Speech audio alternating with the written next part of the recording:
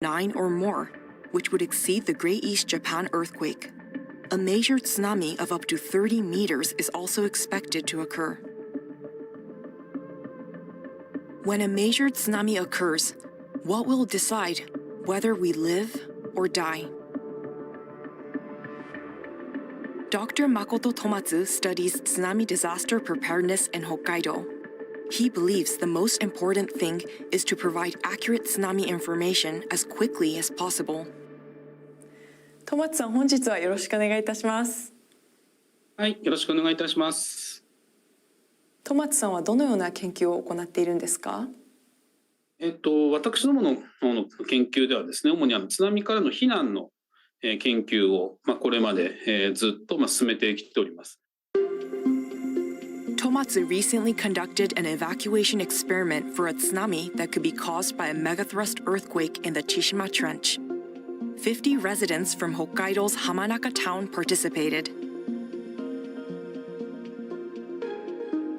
Hamanaka town is located near the focal zone of the Chishima Trench and is a town with a high tsunami risk. If a major tsunami occurred, about half of the population could lose their lives. で、具体的な実験としてはですね、参加された住民の方にGPS をそれぞれ持っていただきまして、避難先までですね、実際に避難をしていただくと。で、これを取ると、1秒ごとにその人がどこにいるかという記録が取れますので、避難が完了するまでの時間がはっきりと分かるというようなことがあります。Each of these red circles is a participant. The map shows the evacuation route from their homes to the centers and records their evacuation time. There were 2 evacuation centers, one on the roof of a school on flat ground and the other at the town hall on high ground. Then, by superimposing the evacuation data of the residents and the tsunami simulation from the Chishima Trench megathrust earthquake, the time required for a safe evacuation can be predicted. Tomatsu focused on the time from when the earthquake occurred until the evacuation was completed. This is what would happen if the evacuation began 15 minutes after the earthquake. The evacuation begins. Immediately after the evacuation begins, a tsunami with a maximum height of 20 meters arrives and engulfs the residents, who are in the process of evacuating. This is what would happen if the evacuation began 5 minutes after the earthquake.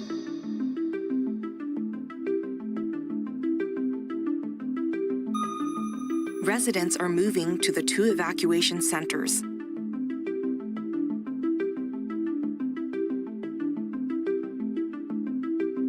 Minutes after the earthquake, the tsunami arrives and floods the town. Residents who evacuated to the school can go up to the roof and escape from the tsunami. If the residents started to evacuate 5 minutes after the earthquake occurred, they could all reach the evacuation centers. But if they started to evacuate 15 minutes after the earthquake occurred, many would be caught in the tsunami.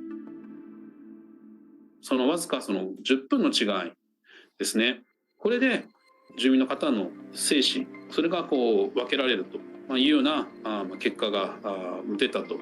今回の自分たちの避難行動というのが適切だったのかどうなのか、もしですね、何かあって少し遅れてしまったら自分たちが間に合わないんだということをですね、分かりやすくお伝えできるようなものになったと。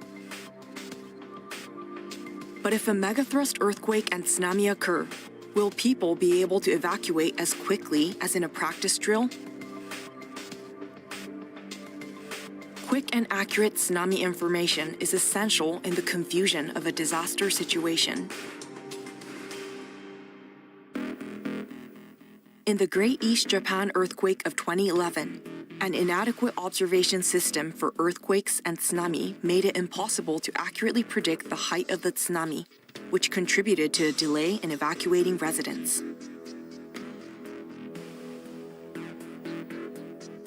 At that time, the Japan Meteorological Agency issued a tsunami warning 3 minutes after the earthquake struck. However, the predicted height of the tsunami was much smaller than what actually occurred. 30 minutes after the first report, the Japan Meteorological Agency updated the predicted height, but by this time, a tsunami exceeding 15 meters was already approaching the coast. Why was the tsunami warning, which is so important for the evacuation of residents, underestimated?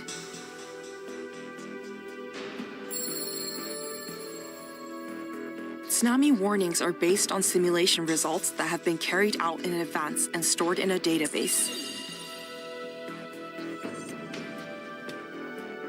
When an earthquake occurs, the simulation with the most similar epicenter position and scale is retrieved.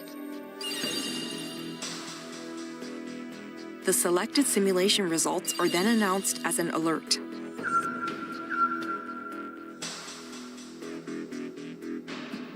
In the 2011 Great East Japan earthquake, the seismographs were shaken by stronger than expected tremors, and the magnitude of the earthquake was entered incorrectly, leading to major errors. If the size of the tsunami had been accurately predicted and promptly conveyed to residents, the number of casualties could have been reduced.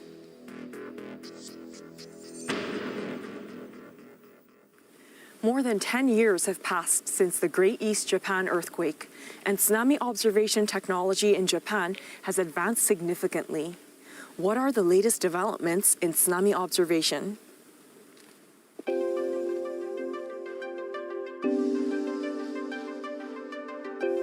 Dr. Shin Aoi is conducting research on the real-time observation of earthquakes and tsunami all over Japan to inform disaster preparedness. 葵さん、2011年当時の観測体制というのはどのようになっていたんですか？2011年当時陸域には1500台ぐらいの地震計が設置されていて、はい、非常に手厚い観測がされていましたけれども、海域では地震計が40数台、津波計がおよそ30台に過ぎず、圧倒的に海での観測が不足していました。The Great Hanshin Awaji earthquake of 1995 led to the development of an earthquake and tsunami observation network centered on land. This was a near-field inland earthquake, so the resulting focus was on the installation of seismographs on land.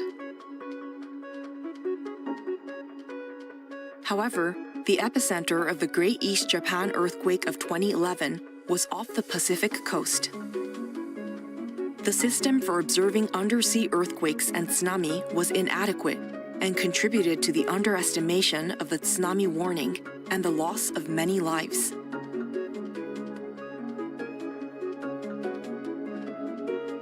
At that time, there was a device that could accurately measure the height of a tsunami.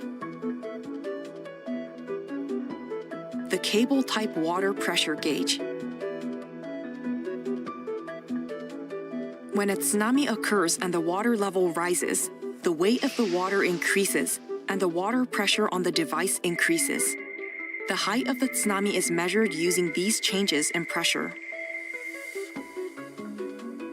This kind of water pressure gauge was installed on the seabed 70 kilometers off the coast of Kamaishi. A tsunami exceeding 5 meters was measured 15 minutes after the earthquake occurred. It could have predicted that this tsunami would exceed 15 meters if it reached the coast. それらの、観測された津波は津波警報に生かすことは難しかったんですね。そうですね。当時はこのデータは津波警報には直接は使われていませんでしたけれども、こういう沖合で、津波の観測をするということが非常に有効だということが改めて、認識されたということになります。なるほど、重要性を知るきっかけになったんですね。そうですね。Japan's tsunami observation technology is evolving based on lessons learned from the Great East Japan earthquake. A special observatory has been developed by adding new functions to the cable-type water pressure gauge. A device about 2 meters long, containing seismometers and pressure gauges, can be installed on the seafloor. 150 of these ocean bottom observatories have now been installed in a system known as ESNet. Its undersea optical cables span a total length of 5,500 kilometers, extending from the coast of Hokkaido to the Boso Peninsula. Observation data from these observatories can be obtained 24 hours a day in real time and sent to relevant organizations. It is now being used for the Earthquake Early Warning, or EEW, and Tsunami Warning systems. This is the observation data from the earthquake that occurred off the coast of Sanriku in 2016.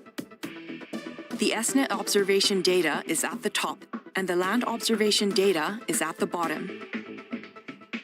ESNet detected the earthquake 22 seconds earlier than the land observation. Observation nearer the epicenter of the earthquake increases the speed of detection and leads to more accurate tsunami prediction. 22秒早く分かることで、どのように変わってくるんですか？はい。例えば緊急地震速報が従来よりは早く出るようになったり、あるいは新幹線を少しでも早く減速し止めることで大きな事故を防ぐことができるようになるというような効果があります。The risk of a major tsunami is not limited to eastern Japan.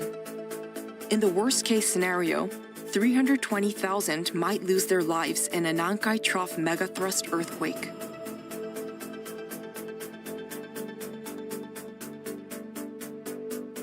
Aoi and his team are currently constructing the Nankai Trough Seafloor Observation Network for Earthquakes and Tsunamis, or NNET, which they aim to complete in 2025, as the observation system in this area is not yet sufficient. I was surprised to learn that the earthquake early warning and tsunami information we see in times of emergency is updated daily based on sophisticated observations. An earthquake and tsunami can strike at any time. That's why it's important to be aware of the latest disaster prevention information. And if there is a tsunami warning, remember to evacuate to higher ground as soon as possible.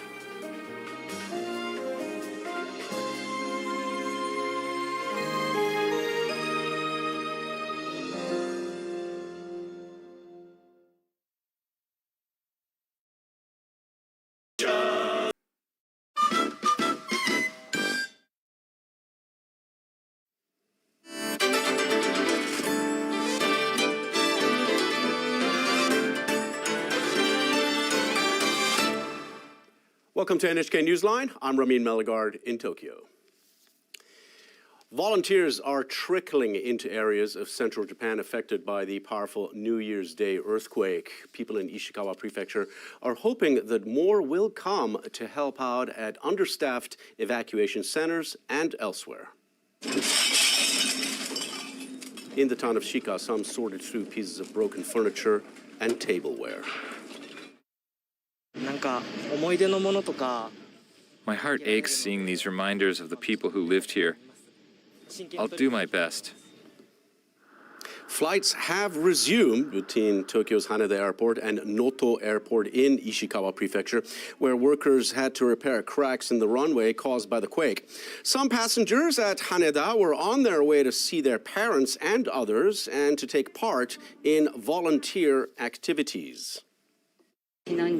My parents have been staying in an evacuation center for a long time, so we are flying to Wajima to discuss what to do next.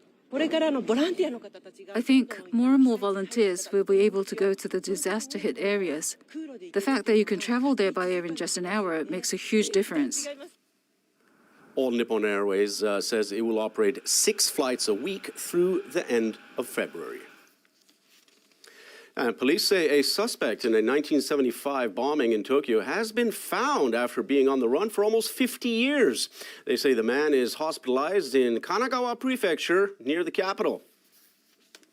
He is believed to be Kirishima Satoshi, a member of an extremist group that orchestrated a series of bombings of companies in Tokyo in the mid-1970s, who would now be 70 years old. The East Asia Anti-Japan Armed Front is responsible for 12 bombing attacks in 1974 and 1975 in Japan, targeting companies. In 1974, the group bombed the headquarters of Mitsubishi Heavy Industries in Tokyo's Marunouchi business district. The blast killed 8 people and injured 165. Kirishima is suspected of being involved in a bomb attack at a building in Ginza, Tokyo in 1975. He was placed on a nationwide wanted list. Police say the man believed to be Kirishima was hospitalized under a false name and that he is receiving treatment for terminal stage cancer. He later told hospital staff that he was Kirishima, who notified the police. Now, under questioning, it gave police details of the 1975 bombing. Police are also expected to conduct a DNA test to confirm his identity.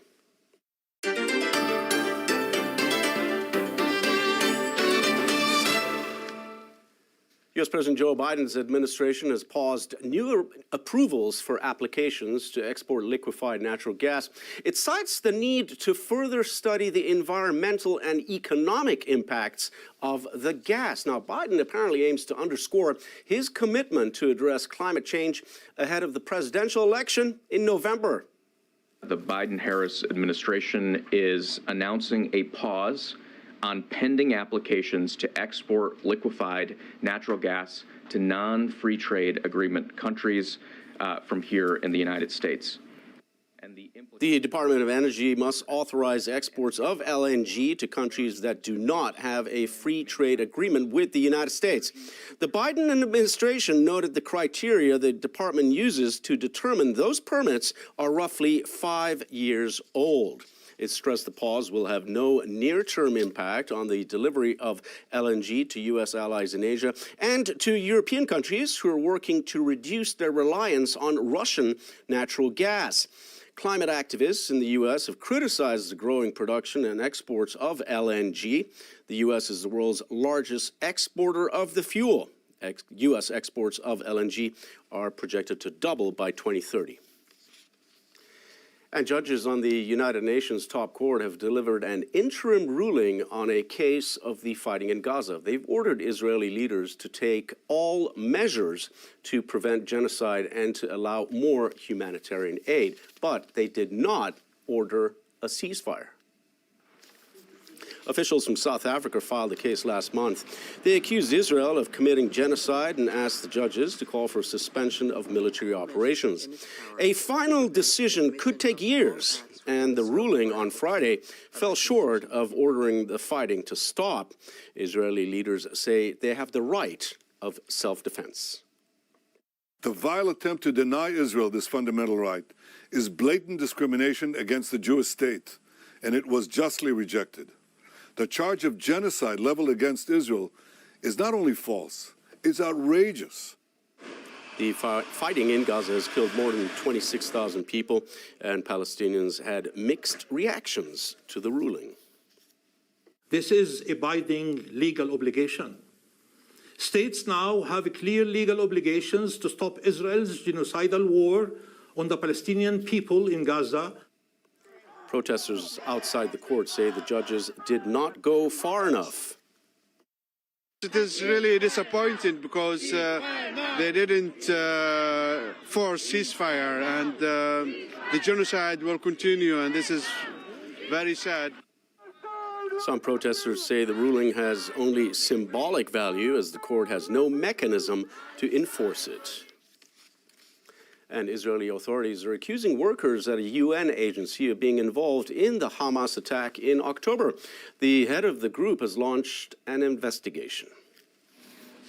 The United Nations Relief and Works Agency provides aid to Palestinian refugees. The leader of the organization says he immediately terminated the contracts of the accused staff members. and will establish the truth without delay. The UN spokesperson says Secretary General Antonio Guterres is horrified by the news. Any employee of UNRWA who is involved in acts of terror will be held accountable, including through criminal prosecution. The agency's biggest donor is the U.S. We have suspended any outlying or yet to be allocated funds for UNRWA, the UN Relief and Works Agency. The State Department says 12 employees may have been involved in the attack. The UN has not provided a number. No further details about the allegations have been released. Almost all of the agency's employees are Palestinians. More than 100 of them have been killed in the fighting that erupted following the attacks. Millions of people in Gaza depend on the agency for food, medicine, shelter, and other support. And the head of the United Nations Refugee Agency is calling on the international community to keep up its support for Ukrainians displaced by Russia's invasion of their homeland. The invasion will hit the 2-year mark in February. The UNHCR estimates that about 10 million people, or roughly a quarter of Ukraine's population, have fled their homes. About 6.3 million have gone abroad, while the rest have sought refuge elsewhere in their country. Agency head Filippo Grandi spoke to NHK during a recent visit to Kyiv. We have not seen a huge return movement yet, because I think people are still worried that with the war, with the hardship here, it will not be easy to come back. People need what is called here recovery. This is more than humanitarian support. This is, for example, giving people cash to be able to survive, to be autonomous until they can find a job again. He also expressed concern that the public will lose interest in Ukraine due to the conflict in the Gaza Strip. Grandi acknowledged that other global crises are taking the spotlight off Ukraine. And here's a 3-day forecast for selected cities around the globe.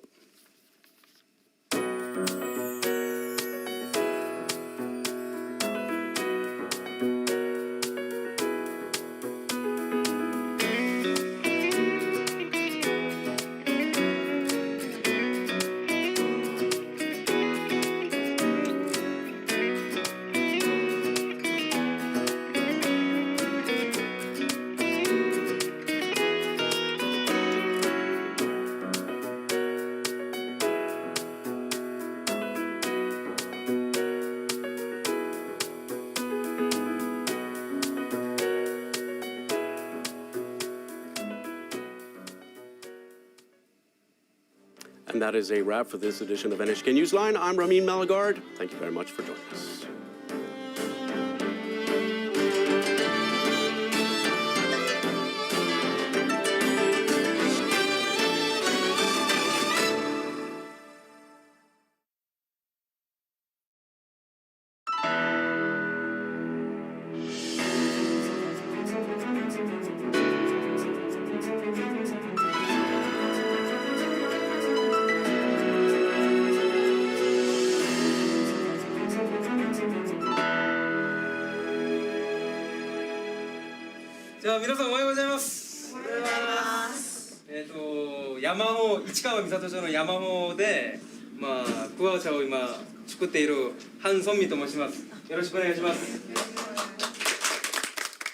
A big voice from a big body. Han Songmin is from South Korea. He is cheerfully promoting his product. ですね、クワっていう食物はですね、生命力がもうバッチグンなんです。はい。 At this point, Songmin has been in Japan for 8 years. He speaks fluent Japanese and explains the selling points of mulberry leaf tea. Mulberry tea! In Philippines! Songmin eventually begins to promote the production of mulberry leaf tea with a university in the Philippines as part of a JICA international cooperation project. Very, very tea! Very, very tea! The production of the tea has become the lifeblood of the Yamaho community.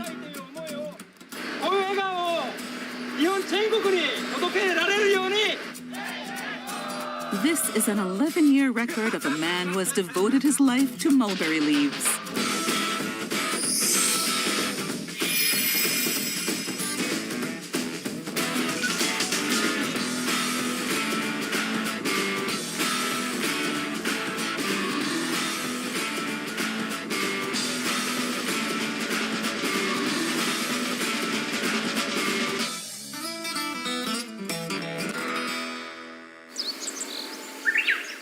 Spring 2011. The town of Ichikawa Misato, south of the Kofu Basin, has a population of around 15,000. In Yamaho, a 10-minute drive from the town center, there is a company run solely by Songmin and his wife Miki. Yamaho is a depopulated community. Like all rural areas in Japan, Yamaho has a declining birth rate and an aging population.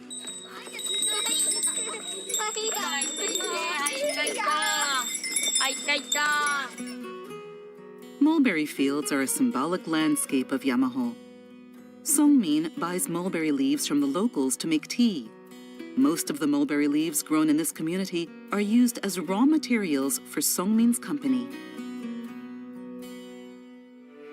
The most common use of mulberry leaves is in silk farming, formerly known as sericulture, the industry that produces silk thread. In the past, silk farming was popular in Yamanashi, and at its peak, cocoon production here was fourth highest in Japan. However, as demand fell over the years, Yamanashi's silk farmers switched to growing fruit, and now the number of silk farmers is very small.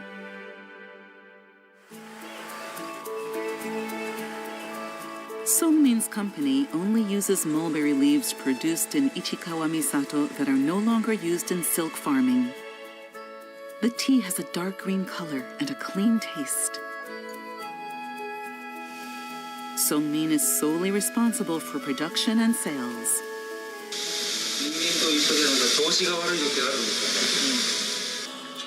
To cut costs, Songmin repairs the machinery himself. 今日は一体どこが痛い悪いのと思えて、だから対話をしながら直していくわけ。だからこの会社もう潰れちゃったら私この会社に勤めようかなと。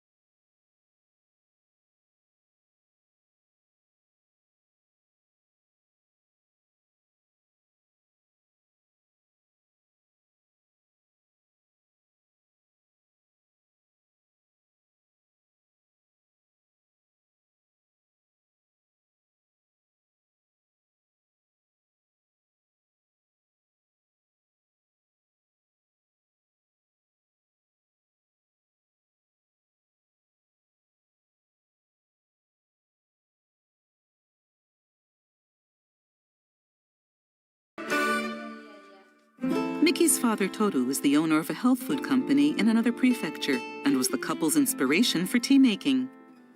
Toru focused on the health benefits of mulberry leaves. Learning of the unused mulberry leaves from a friend in Ichikawa Misato, Toru decided to start making tea. Songmin and Miki took over the business in 2008. Sales are growing. However, the reality is that the couple can barely get by.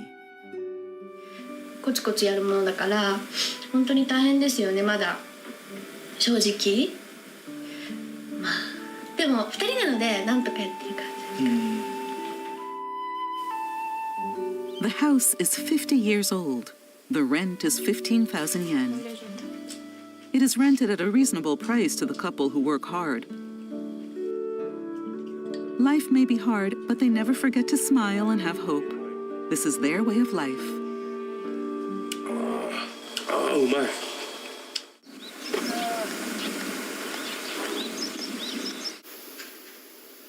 Songmin is a bit nervous today. There is the annual meeting with the growers who sell him mulberry leaves.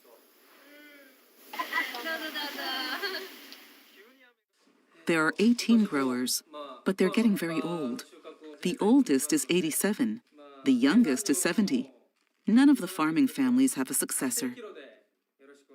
うちの生産者の中で長田秀俊さんっていう方が亡くなったんですけど、でも今後からこういった問題が絶対来ると思うんですよね。後取りをやってくれれば一番あれなんだけど、なかなか嫌がるんですよね。例えばだって百姓で暮らしていけるって言えばやるけど、それが言えるまではダメですね。嫌がるわけやん。お酒真っ暗でやん。なんて言うのかわからんけど。Songmin shares his thoughts with growers who are expressing their concerns. 熊のことに関してはやっぱりこの市川三郷町で勝負したいんです。もうこれはもう歴史上にも残ることだと私は思いますので、理想と実際がやっぱりそのぐらいの情熱を持ってほしいんです。私一生懸命本当に営業かけてるので、その気持ちが今はちょっと規模がねちっちゃいかもしれないけど、皆さん息子さんとか娘さん引っ張りたいじゃないですか。もう立派な会社に作って若い人たちをもう私はもう絶対増やしたいっていう気持ちがもう私の頭には、それはもう私の志なんですよ。じゃあありがとうございました。The desire to increase the number of young people was a pipe dream at the time. August is the season for harvesting mulberry leaves. It is done every day until the frost comes in October. Mulberry maintenance begins around the spring equinox. By pruning and fertilizing in March to encourage new buds to grow, mulberry trees will grow to more than a man's height in just 4 months. 偉いぞこれ。ようじゃね、こうして切るが偉いじゃん。そうですね。Harvesting long branches is hard work for older growers. でも毎年楽しみですか？楽しみとか年を取ったから楽しみでもねえな。そうですか。年を取ってだいぶ若い時じゃ張り合いで知るだよ。生きがいだ。Among the growers was Ozawa Yoshimi, the only silk farmer in Ichikawa Misato. Compared to the past, his cocoon production is a third of what it used to be. He sends his surplus mulberry leaves to Songmin. ここはね、他の作物はない。果樹とかそういうものは全然ない。本当に養蚕一本で来たですよ。The silk farming tradition ends with him. まあついでくれってはやれんだよね。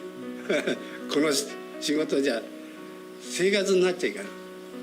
やっぱり絹っちゅうものはね、これは尊いもんだけど、経済に対して成り立たんわけ。やっぱりね、自在ということでしょうね、これは。The flow of time cannot be changed. But it is precisely because it is a mountain village where time passes slowly that such a nostalgic scene endures. 長田卓です。で、こっちの妹があずさです。あずさ。これ網じゃなくて袋なんだ。はい。これで取れんの？はい。へえ。自分で作って。自分で作ったの？はい。いいな、自然いっぱいでここ。はい、楽しいです。今さ、桑の葉でお茶作ってる人がいてさ。僕知ってます。誰知ってる？なんだっけ。ハンさんだっけ。そうそうそう、ハンさん。Suguru knew Songmin only by the name Mr. Han. A few years later, this boy's life takes a surprising turn.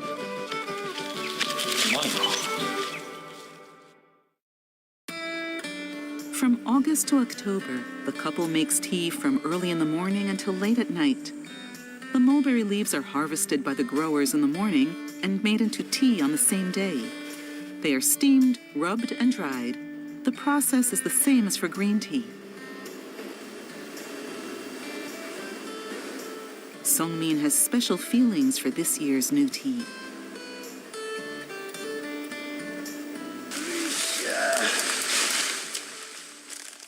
That's because he was entrusted with the farm of one of the growers. And he started to grow mulberry trees himself in addition to making the tea. This is Osada Hidetoshi, who used to ship the most mulberry leaves. Mr. Osada was a silk farmer for over 50 years. He was one of the people who welcomed and supported Songmin. 朝いうのを楽しみながらね、健康維持をしながらやれるってことは幸いだなとは思っております。5 months later, Mr. Osada passed away. It happened suddenly.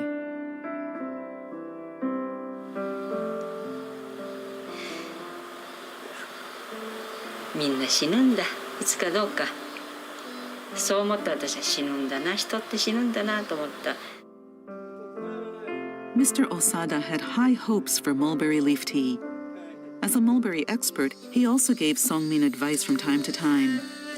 When Songmin offered to take on the work of the farm, Mrs. Osada readily agreed and entrusted him with all the support she could.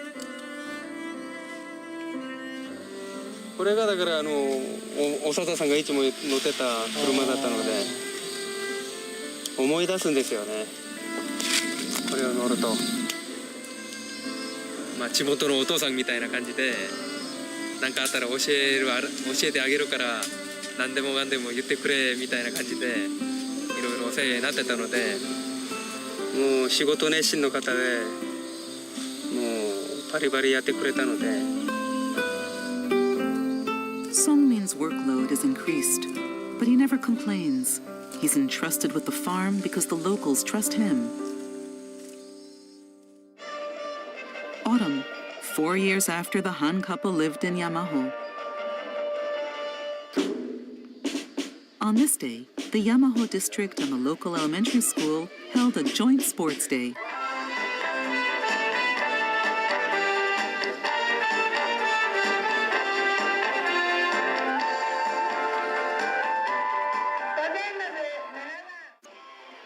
Even though Songmin and Mickey are busy, they always participate in local events and are now true members of the community.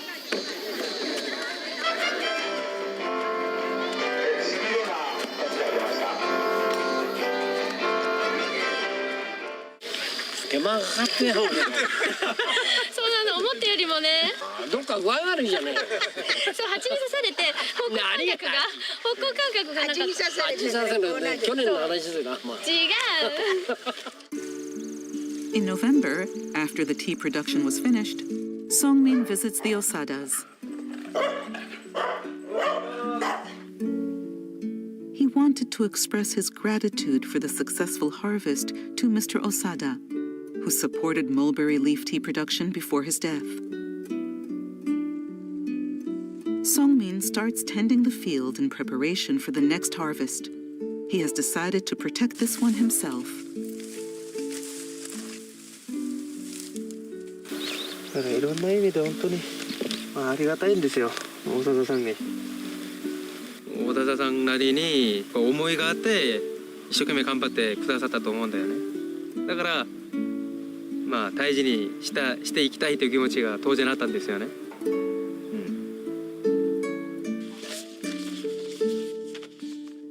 Songmin wrote a letter of gratitude to Mrs. Osada.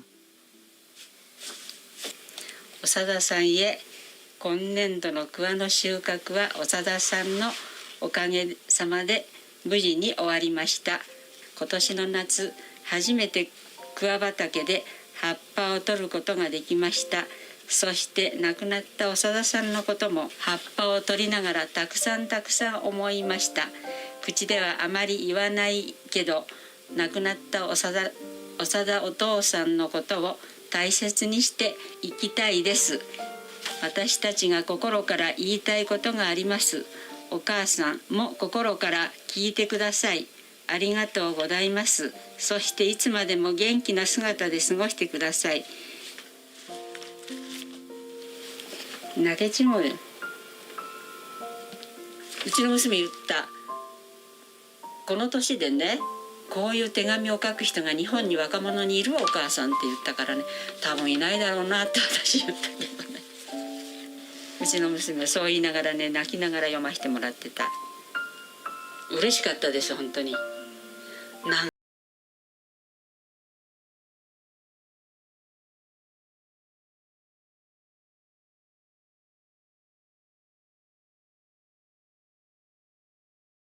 Factor, Songmin steps forward to revitalize this mulberry farming settlement. There are many rough mulberry fields in Ichikawa Misato. Compared to silk cultivation, the amount of mulberry trees used for tea is still very small. The rest have been abandoned. 5年やそこらじゃないですか。5年でも10年以上ですね。10年以上ですか。はい。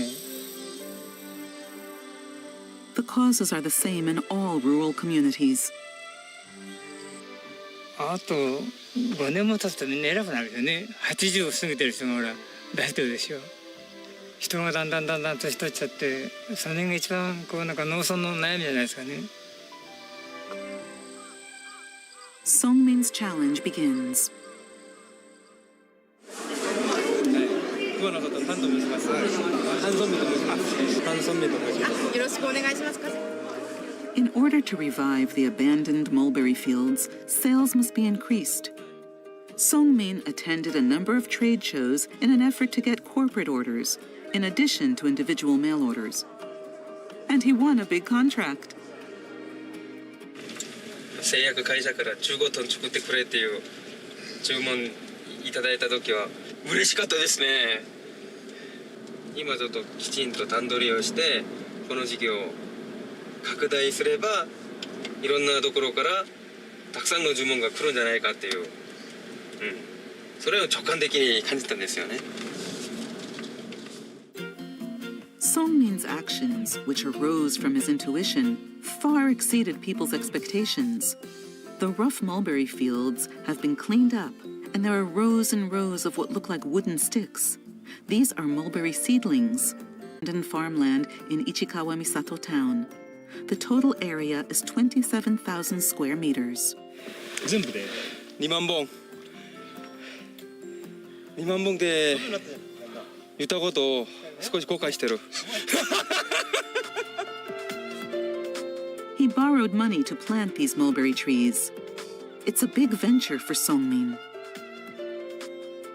石川三郷町にもう私の骨を埋める気持ちで、もう熱い気持ちでその熱い気持ちですよ。何があってもこれはもう絶対やりますので。よっしゃー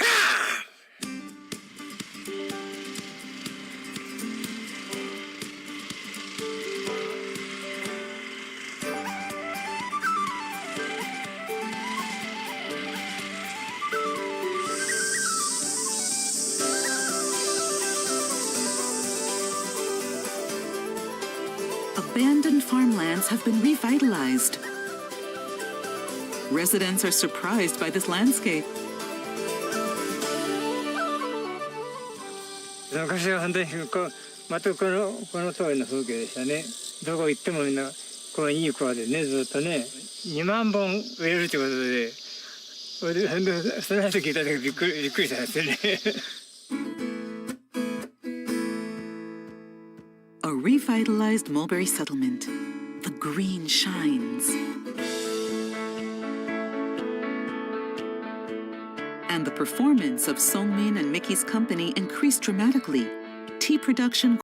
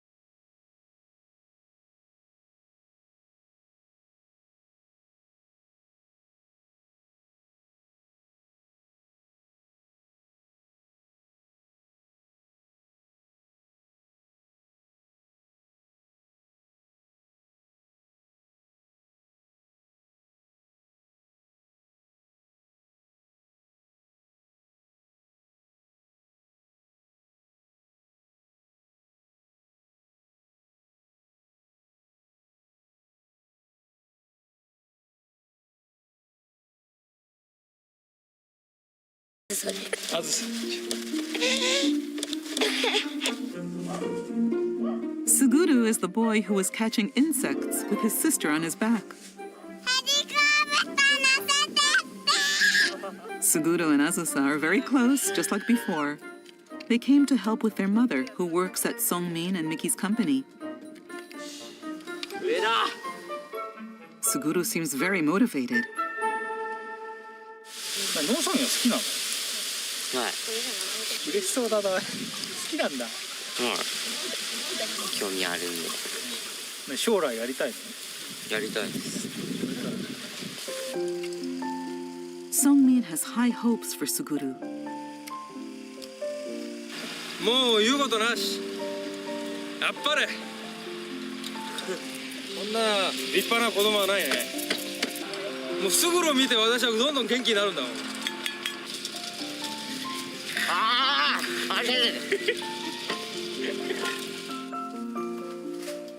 5 months later, Suguru, who loves farming, was there for the harvest. The mulberry trees he planted have grown to over 2 meters tall.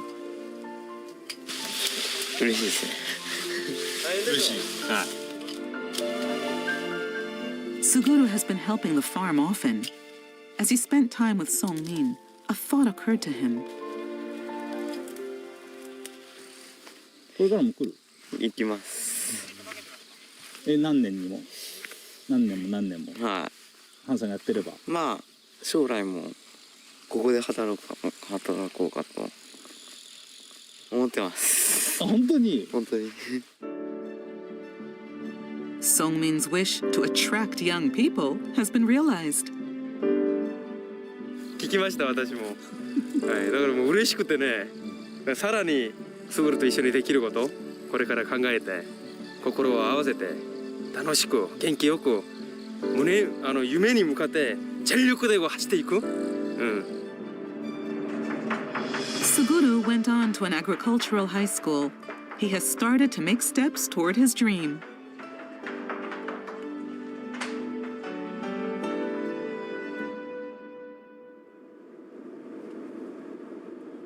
Songmin, too, flew overseas to pursue his new dream.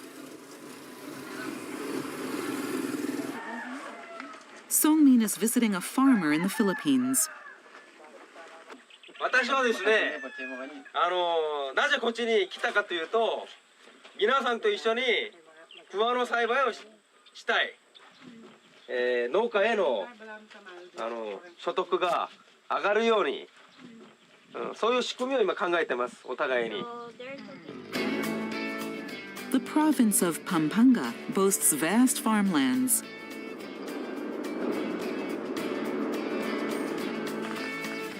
This is Pampanga State Agricultural University. There are large mulberry trees growing on a test farm here.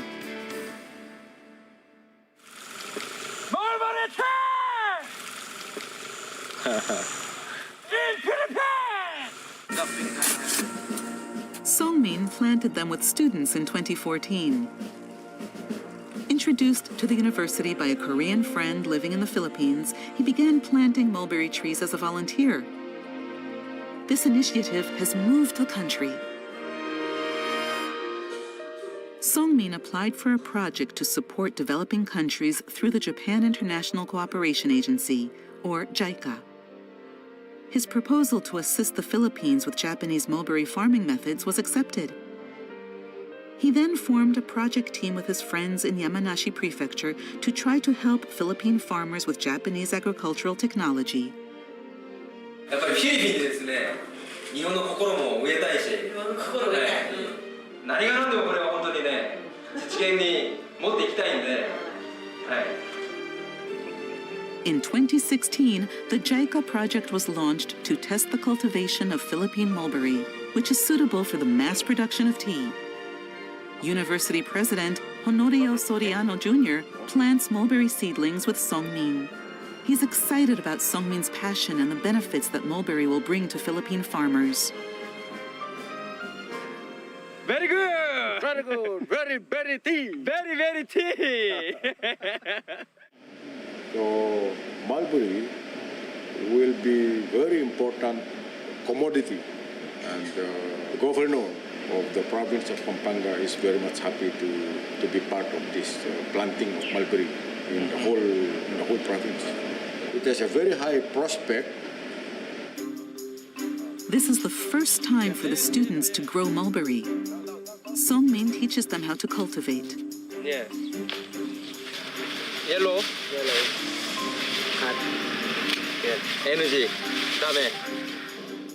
Rafael's family are rice farmers. He too is growing mulberry for the first time. Do we have a girlfriend? Yes. 100? 100.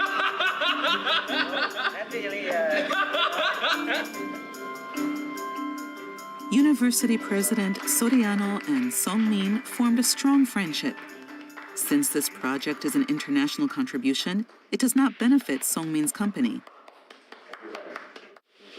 私はこの事業を通じて私の会社が儲かるとか全く考えてなくて、日本の知識経験をうまく提供してあげて力になってあげて、この国がこのフィリピンという国が本当に同じ人間じゃないですか。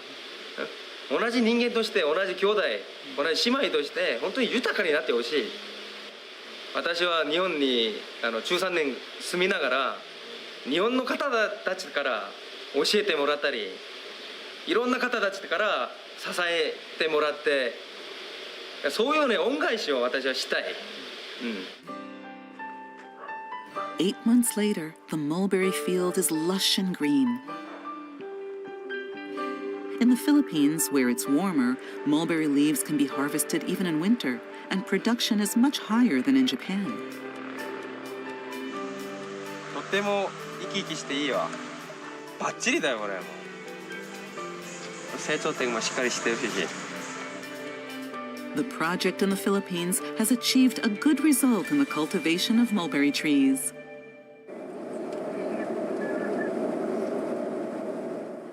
But Songmin's expression on the plane home is rather cloudy. Upon returning to Japan, he heads for the home of a mulberry farmer who has been a long-time support for him. こんにちは。お母さん。来てくれと。今戻ってきました。フィリピンから。最初の頃から全部まとめてくださって、いろいろ教えてもらったり、本当にありがとうございます。Kobayashi Sadao was the head of the Mulberry Growers Association. He warmly welcomed and supported Songmin, who jumped into the community. He also told him the harsh reality at times.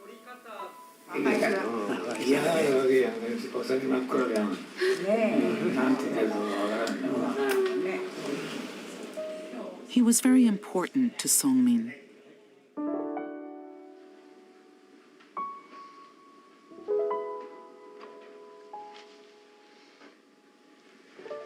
Ah, お父さん、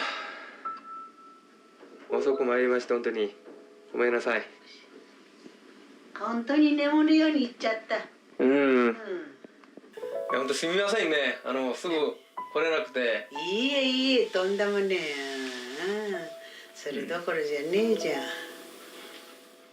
またさらに頑張りますので見守ってください。ありがとうございます。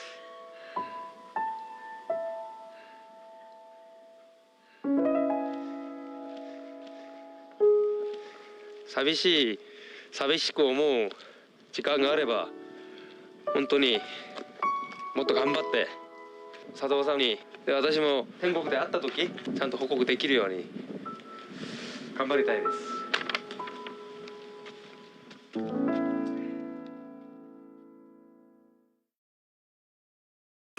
I want to give my benefactor a good report.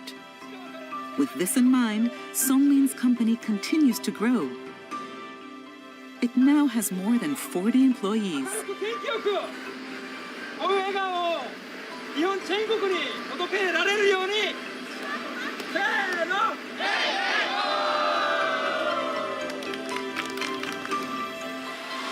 最初の頃2人でね、本当にうちの奥さんと私2人だけだったのに、やっぱり重いですね。思いはやっぱり資本金だ。The company had made a major capital investment and installed a stick packaging machine. This reduced a large amount of outsourcing costs and significantly increased profit margins. They have also stepped up over-the-counter sales.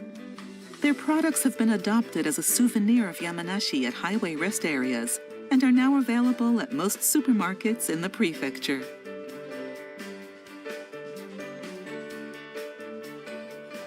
Songmin has been asked to give talks to share his story of transforming a marginalized community into a place of hope.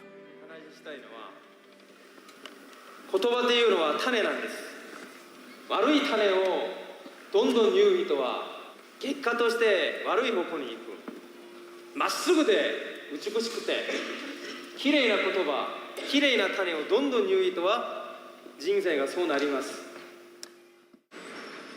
The factory operates 24 hours a day because tea production cannot keep up. Songmin is in charge of the late nights. おお、やってるね。はい。今何時だ？今25時35分か。ああ、夕方7時からやって、日を越えて朝方の6時半か7時半ぐらいまで。いやー、もう作っても作っても物が足りない。あ、そう。はい。いや、すごいね。売れてんだね。そうだね、売れるようになりましたね、本当に。初年度なんかは年間生産量550キロだったっけ？今年はどのぐらい？今年は20トンぐらい作らないといけないからもう半ソミ寝なくてもいいや。その美味しい桑のお茶を作るために、それが地域の活性化になるし、で地域がまた元気になれば若い人たちが戻ってくるし。All his hard work paid off, and Songmin had built a new home. おお、こんにちは。こんにちは。This house was a gift to Miki. Songmin let her decide everything, including the design of the house. それが一番だよね。そう、私はほとんどいないし、どっちみち。半月いる？半月いて半月はいないかな。いる。山梨にいてもなんか出てることが多くて、夜遅く帰ってきて寝るだけみたいな。そう。Contribute to Yamanashi, Japan, and the world, with the goal of living 100 years and shining 1,000 years into the future. Songmin is busy running around to achieve this goal. Miki, who supports him, has one more dream that she really wants to fulfill. However, it's something she feels difficult to discuss with Songmin. 一息つきたいと思うことはないですか？すごいスピードだ。そうですね。早く子供が欲しい。だから主人があまりにも忙しいとやっぱりね、家に帰っても2人ともなんかぐたーっとなってるともうそれどころじゃないじゃないですかね。だからちょっと仕事しないでゆっくりして子供のことを考えた方がいいんじゃないかとか思う時はあります。早く子供が欲しい、本当に。At this time, they've been married for 16 years.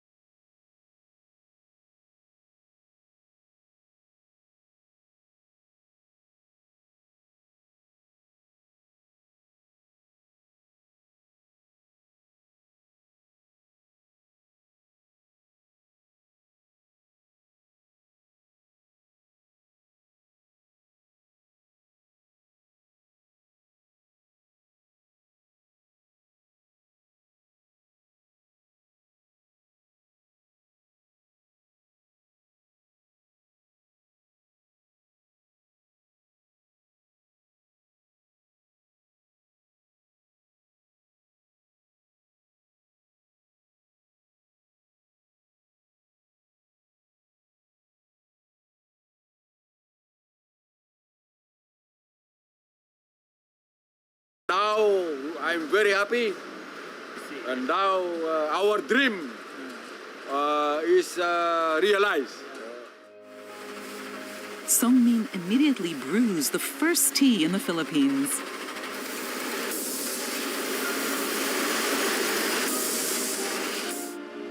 Beautiful green mulberry leaf tea.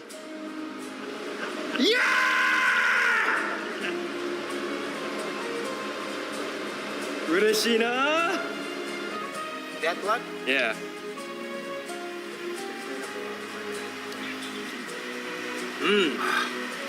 Good. Good. Very nice color. Very nice. Golden mulberry tea! Golden mulberry tea! Made in the Philippines! Yes, made in the Philippines! Shortly after this, however, the Philippine factory was closed for 2 years due to the COVID-19 pandemic. After graduating from an agricultural high school, Suguru, who admired Songmin and wanted to pursue a career in agriculture, went to an agricultural academy to learn more about the industry. After graduation, however, he decided to take a different path than Songmin. 農業でもいろいろとたくさんあるんで、どういう農業の仕方、やり方があるのかなっていうのは見てみたいなって思ってます。桑の里にはもうあまりこだわってはない。まあ、今はそんな感じですね。In April 2021, Suguru started to work for an agricultural production company in his hometown of Ichikawa Misato because he became interested in growing vegetables at the agricultural academy. But he is still grateful to Songmin for teaching him the joy of farming. 何も知らなかった自分に対していろいろな道を教えてくれたり、知識とかその選択枠を増やしてくれた人ですね。大切な恩人ですね。Suguru has realized his dream of farming, which he has held since he was a small child.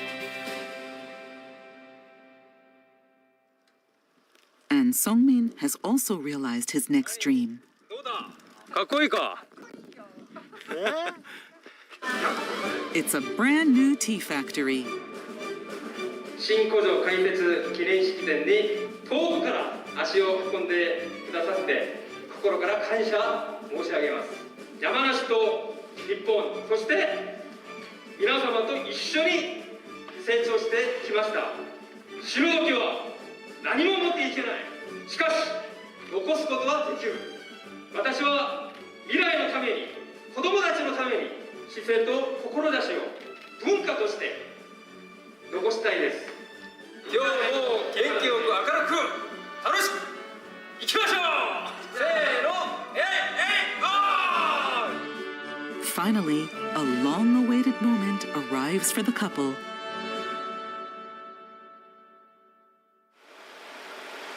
Because of COVID-19 protocols, Songmin is waiting in his car.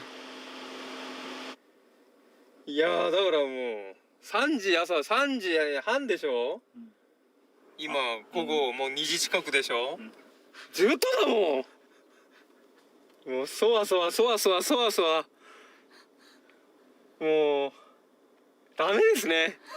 待ち遠しいね。そうですね。まあ私よりはでもうちの奥さんかな。私はね途中で諦めましたよ。はっきり言って15年目ぐらいか。いても立ってももう座ってもいられない。なんか気持ちがもうはあ。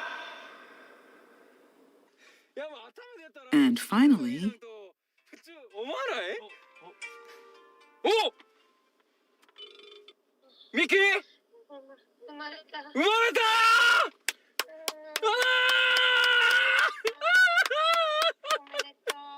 めでとうミキ！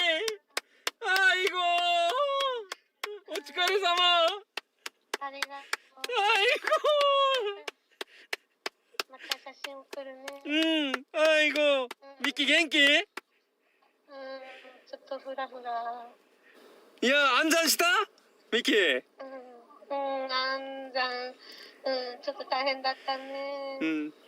じゃあ見に行って。先に赤ちゃん見て2時間後にミキも見に行くから。あ、分かった。はーい。はーい。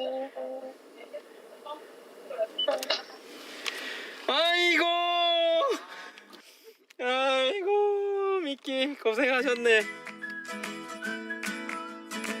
하이. 오.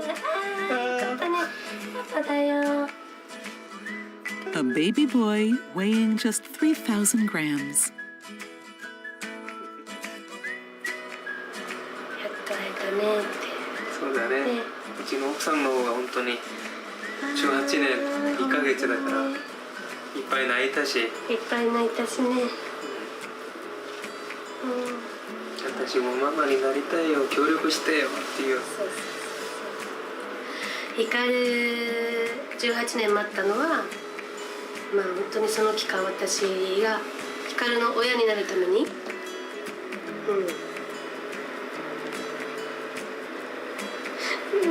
そうだね。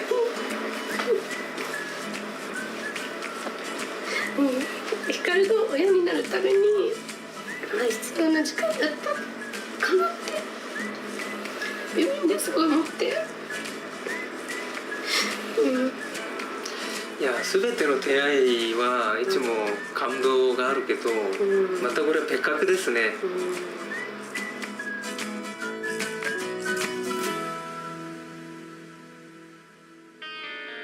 As soon as the ban on international travel was lifted in 2022, Songmin flew to the Philippines.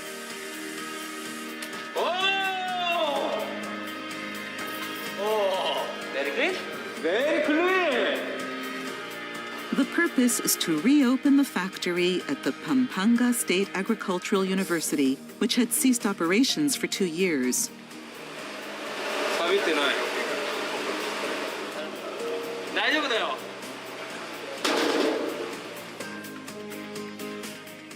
Finally, it's time to restart. But not everything will be the same as before. Songmin has lost someone important to him. いやー、もうそこ来てすみません。本当ありがとう。Honorio Soriano Jr. Golden Mulberry Tea! Golden Mulberry Tea! My very made in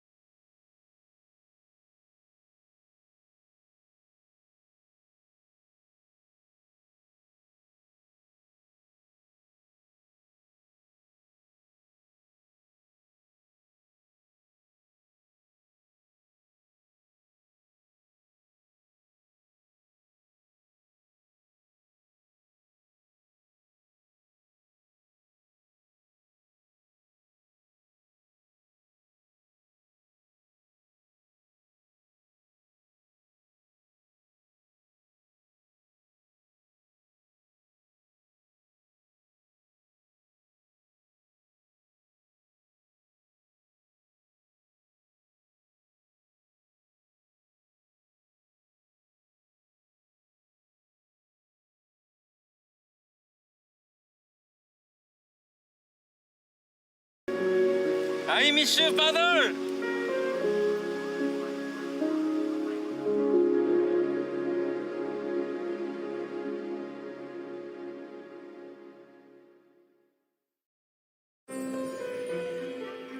Mulberry leaves are abundant again this year.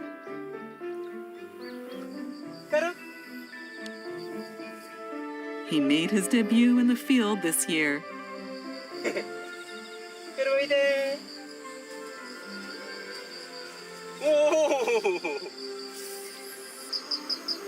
부안호 하다요? これがお茶になるんだよ。わかる？ヒカルも大きくなったらパパ手伝ってね。ね？あははは捨てたのかい。ヒカル、パパと一緒に素晴らしい未来を作ろうぜ。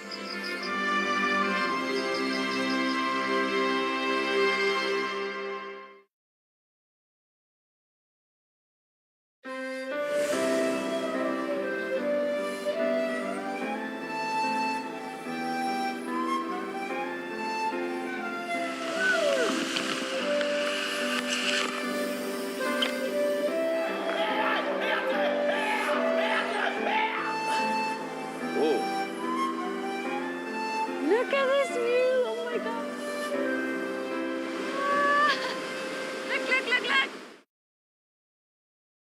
Look! Welcome to Japan, the land of ramen, bringing you the finest flavors from around the country. This is Ramen Japan. Our destination is Hiroshima.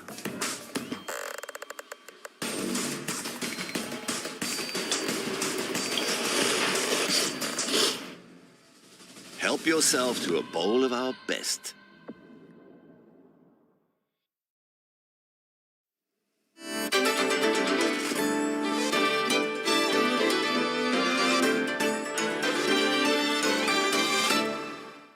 Welcome to NHK Newsline. I'm Ramin Melagard in Tokyo. Volunteers are trickling into areas of central Japan affected by the powerful New Year's Day earthquake. People in Ishikawa Prefecture are hoping that more will come to help out at understaffed evacuation centers and elsewhere. In the town of Shika, some sorted through pieces of broken furniture and tableware. My heart aches seeing these reminders of the people who lived here. I'll do my best. Flights have resumed between Tokyo's Haneda Airport and Noto Airport in Ishikawa Prefecture, where workers had to repair cracks in the runway caused by the quake. Some passengers at Haneda were on their way to see their parents and others and to take part in volunteer activities.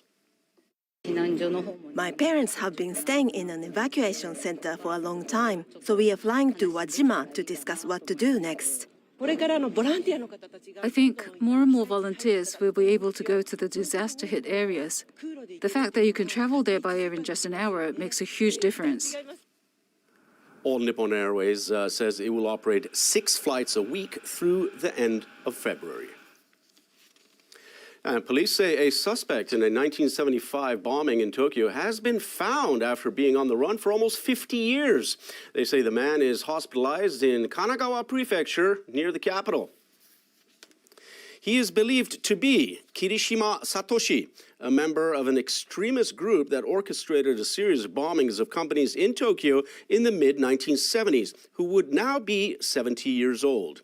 The East Asia Anti-Japan Armed Front is responsible for 12 bombing attacks in 1974 and 1975 in Japan, targeting companies. In 1974, the group bombed the headquarters of Mitsubishi Heavy Industries in Tokyo's Marunouchi business district. The blast killed 8 people and injured 165.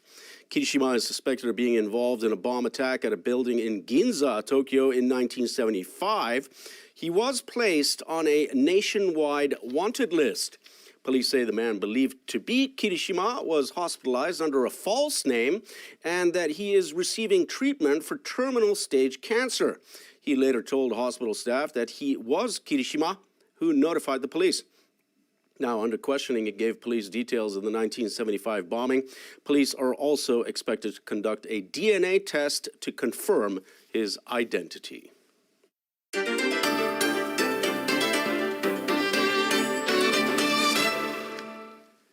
U.S. President Joe Biden's administration has paused new approvals for applications to export liquefied natural gas. It cites the need to further study the environmental and economic impacts of the gas. Now, Biden apparently aims to underscore his commitment to address climate change ahead of the presidential election in November. The Biden-Harris administration is announcing a pause on pending applications to export liquefied natural gas to non-free trade agreement countries from here in the United States. The Department of Energy must authorize exports of LNG to countries that do not have a free trade agreement with the United States. The Biden administration noted the criteria the department uses to determine those permits are roughly 5 years old. It stressed the pause will have no near-term impact on the delivery of LNG to U.S. allies in Asia and to European countries who are working to reduce their reliance on Russian natural gas. Climate activists in the U.S. have criticized the growing production and exports of LNG. The U.S. is the world's largest exporter of the fuel. U.S. exports of LNG are projected to double by 2030. And judges on the United Nations top court have delivered an interim ruling on a case of the fighting in Gaza. They've ordered Israeli leaders to take all measures to prevent genocide and to allow more humanitarian aid, but they did not order a ceasefire. Officials from South Africa filed a case last month. They accused Israel of committing genocide and asked the judges to call for a suspension of military operations. A final decision could take years, and the ruling on Friday fell short of ordering the fighting to stop. Israeli leaders say they have the right of self-defense. The vile attempt to deny Israel this fundamental right is blatant discrimination against the Jewish state, and it was justly rejected. The charge of genocide leveled against Israel is not only false, it's outrageous. The fighting in Gaza has killed more than 26,000 people, and Palestinians had mixed reactions to the ruling. This is a binding legal obligation. States now have clear legal obligations to stop Israel's genocidal war on the Palestinian people in Gaza. Protesters outside the court say the judges did not go far enough. It is really disappointing because they didn't force ceasefire, and the genocide will continue, and this is very sad. Some protesters say the ruling has only symbolic value as the court has no mechanism to enforce it. And Israeli authorities are accusing workers at a UN agency of being involved in the Hamas attack in October. The head of the group has launched an investigation. The United Nations Relief and Works Agency provides aid to Palestinian refugees. The leader of the organization says he immediately terminated the contracts of the accused staff members and will establish the truth without delay. The UN spokesperson says Secretary General Antonio Guterres is horrified by the news. Any employee of UNRWA who is involved in acts of terror will be held accountable, including through criminal prosecution. The agency's biggest donor is the U.S. We have suspended any outlying or yet to be allocated funds for UNRWA, the UN Relief and Works Agency. The State Department says 12 employees may have been involved in the attack. The UN has not provided a number. No further details about the allegations have been released. Almost all of the agency's employees are Palestinians. More than 100 of them have been killed in the fighting that erupted following the attacks. Millions of people in Gaza depend on the agency for food, medicine, shelter, and other support. And the head of the United Nations Refugee Agency is calling on the international community to keep up its support for Ukrainians displaced by Russia's invasion of their homeland. The invasion will hit the 2-year mark in February. The UNHCR estimates that about 10 million people, or roughly a quarter of Ukraine's population, have fled their homes. About 6.3 million have gone abroad, while the rest have sought refuge elsewhere in their country. Agency head Filippo Grandi spoke to NHK during a recent visit to Kyiv. We have not seen a huge return movement yet, because I think people are still worried that with the war, with the hardship here, it will not be easy to come back. People need what is called here recovery. This is more than humanitarian support. This is, for example, giving people cash to be able to survive, to be autonomous until they can find a job again. He also expressed concern that the public will lose interest in Ukraine due to the conflict in the Gaza Strip. Grandi acknowledged that other global crises are taking the spotlight off Ukraine. And here's a 3-day forecast for selected cities around the globe.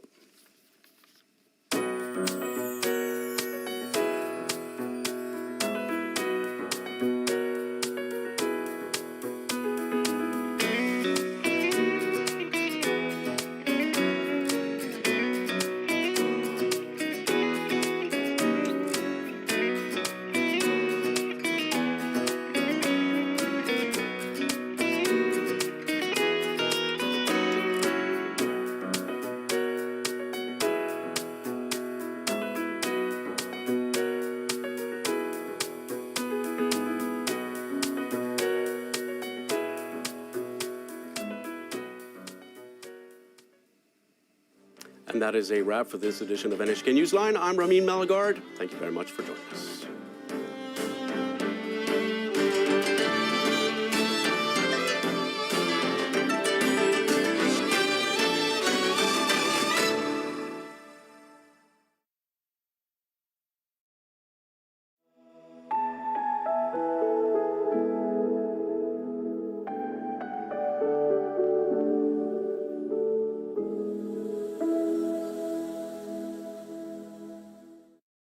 Yeah, it's always. 私がいるといつもプレッシャーで言ってるんです。いない時は一番気楽ですよ。Kanai Fusa lives in the Rouge house. She's put a big Christmas wreath on her terrace. 子供の時からやってきた年中行事ってやっぱりワクワクする季節の移ろいと一緒でやらないとなんとなく次の季節が来ないというか。This is the second year in a row that the village has been hit by record-breaking snowfall. Residents are busy shoveling, but they're still able to enjoy the unique fun of winter. あ、よかったね。初めてだこれ。いいじゃないのほら。いいっすね。ほらほらほら。ありがとう。美味しいね。おいしい。Takedokoro is enveloped in a silvery world. This is the story of what winter life is like here.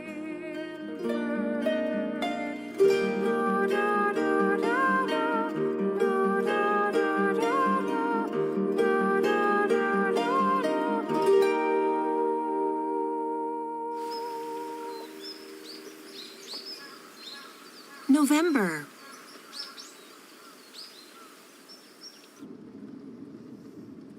The days are getting colder, and every day the signs of winter are growing stronger.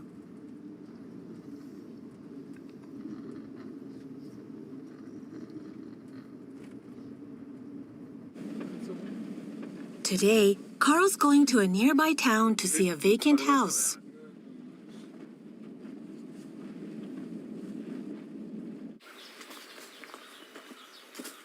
土台はこの石の上ですよね。これ。Restoring traditional Japanese houses is Carl's life's work. He collaborates with Onozuka Yoshiyasu, a licensed architect.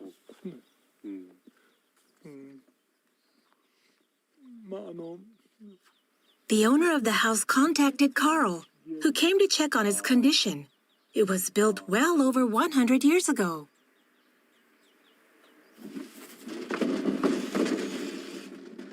The house had been vacant for a year. The owner asked Carl if he could make use of the pillars and beams.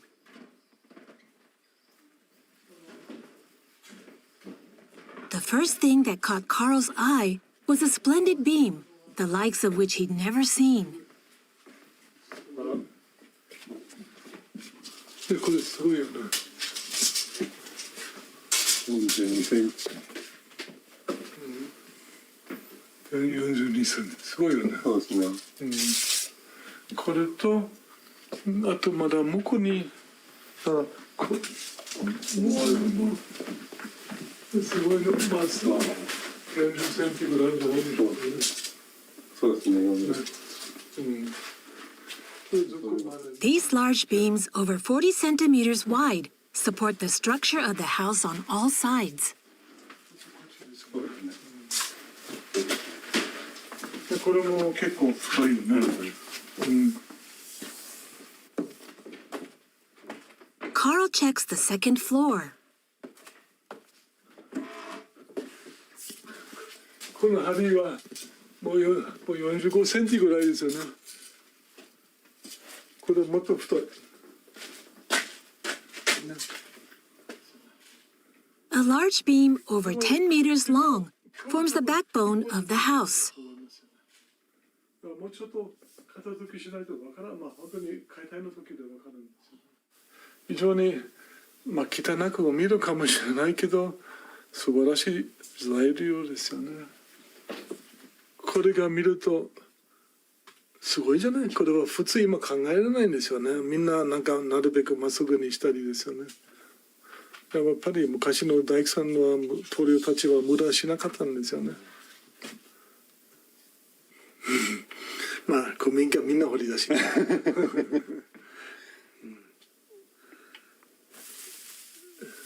Carl also found something in the attic. これはまあ昔のカッパと同じですよね。持ってまあこうだったよね。かっこいいでしょ。ね、これやってみんな雪の中にこれね、まあね、だからこのくらい見てください。細かい仕事はやる人今いますか？いや、これ大事にしなきゃダメよね。ね。これもそうじゃない？今も機械で作るから昔みんな手でやってたんですよね。まあいろんな彫り物があるんですよ。これじゃあこれはもう大事にして持って帰ります。今日は。Carl loves not only buildings, but Japanese handicrafts too.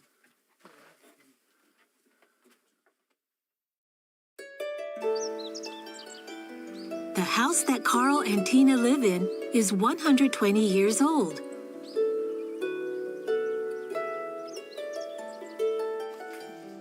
Using the pillars and beams of the original house, they've created a modern living space.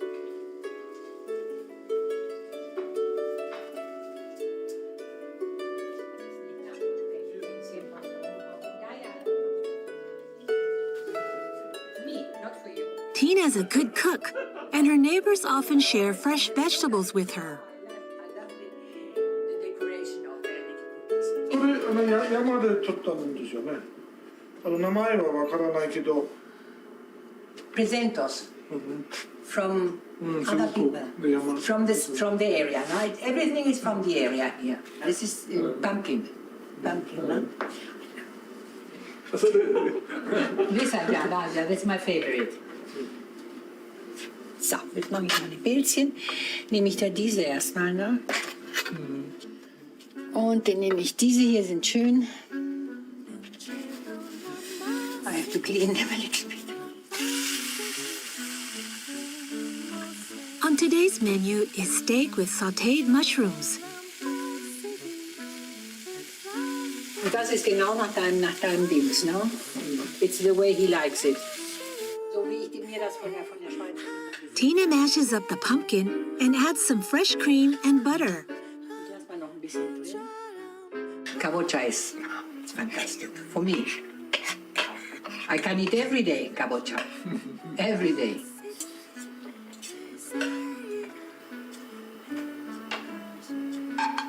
Das sieht mal ein bisschen blöd aus, oder? Mit dem Rohr, oder, Karlchen? Nein, das sieht toll aus. Guten Appetit. Guten Appetit. Guten Appetit. Gucken wir mal, die Dings sind... Wow, okay, sehr gut. Mm. やっぱり山のキノコはやっぱり香りが強いんですよね、本当に。でも今年はちょっと少ないみたいらしいですよね。まあこの辺ですよね。いつもちょっと分けてもらうんですよね、やっぱりね。まあ、クスイナいつも言うんですよ。こっちはパラダイスですよね。本当にパラダイスの一部分ですよね。ね。嬉しいですね、ここにいるのは。嬉しい、I'm happy. I'm happy. I'm happy, yes, 嬉しい、I'm happy. Yeah, me too. Tina was born in Argentina.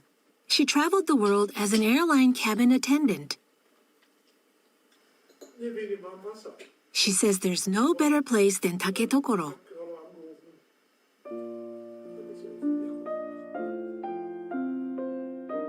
Ich bin so viel gereist in meinem Leben, dass ich schon genau wusste, was ich möchte, wo ich gerne wohnen möchte, länger oder nicht lang.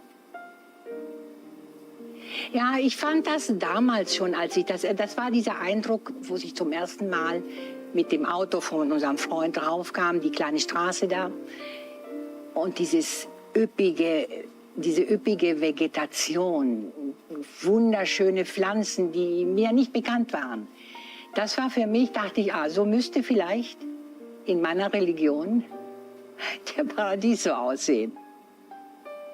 Das Haus ist für mich mein Haus oder unser Haus. Wenn ich reinkomme, fühle ich mich geborgen, beschützt.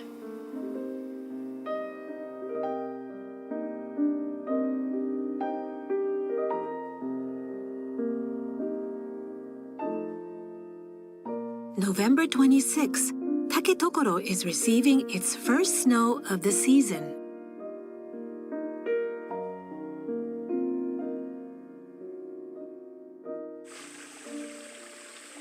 The people in the village will be busy preparing for winter.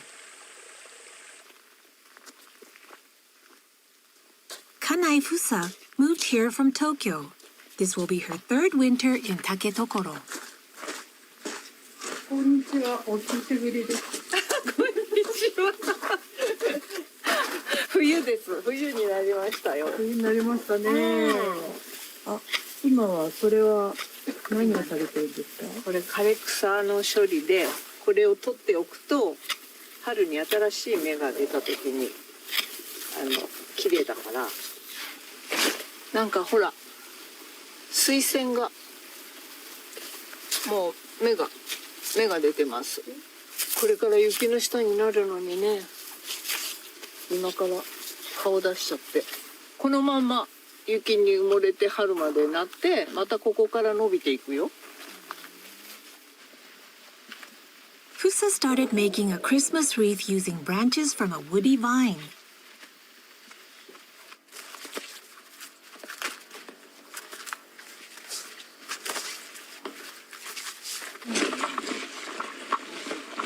こんなに豪華になりましたよ。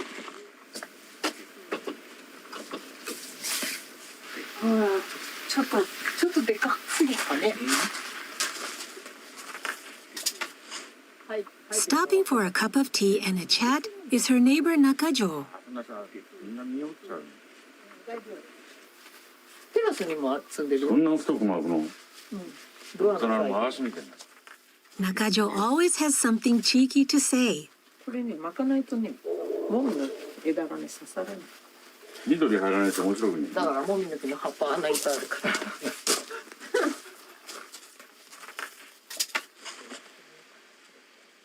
She inserts the fir twigs she pruned for the wreath.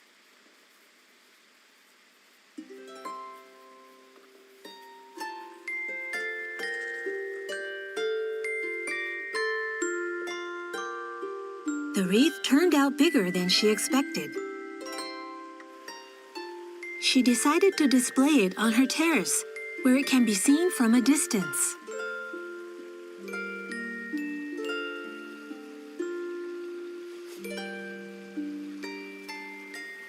Christmas をね、よその国の人の話ですけど、なんとなく楽しいよね。やっぱり子供の時からやってきた年中行事ってやっぱりやりたいなと思って、なんとなくワクワクする。年中行事というか歳時期だから、それはなんとなく季節の移ろいと一緒でやらないと、なんとなく次の季節が来ないというか。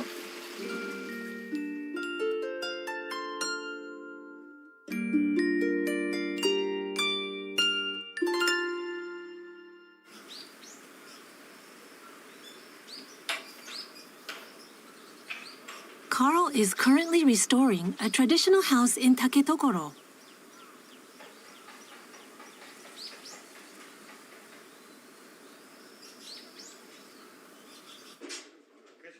Today, a ceremony is being held under the newly installed roof to mark the completion of the framework.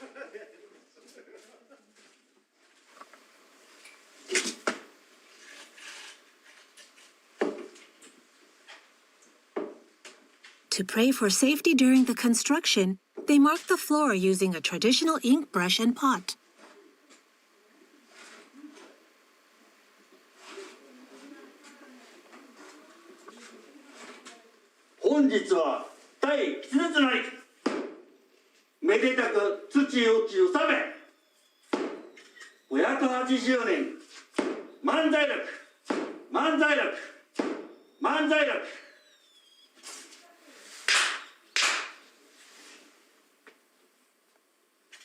The new owner is Katayama Akiko. She is a business executive in Tokyo. She plans to start a new life in Taketokoro after retiring.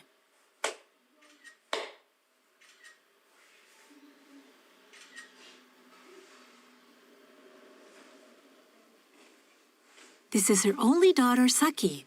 She says she was surprised when her Tokyo-born and bred mother decided to move to snow country.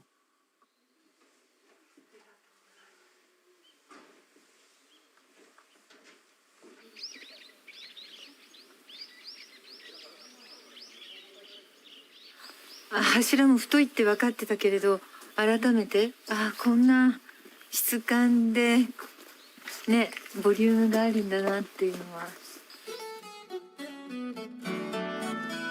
The framework for the house comes from a house built over 100 years ago in a neighboring town.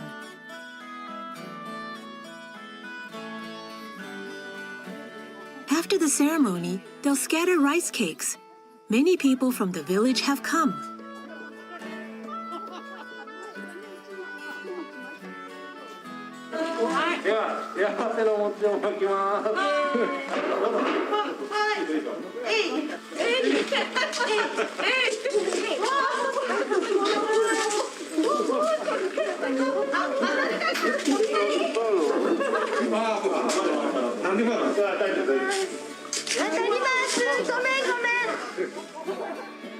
Akiko wanted to have a grand ceremony.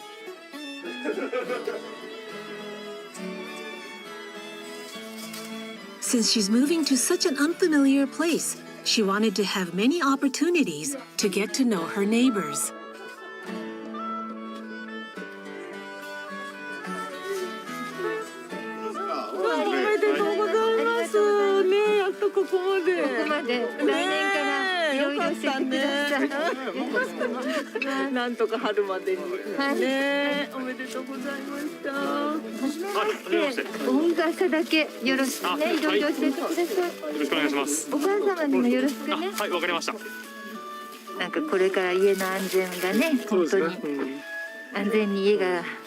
無事に完成するのを見守っていただけるような厳かな気持ちになりました。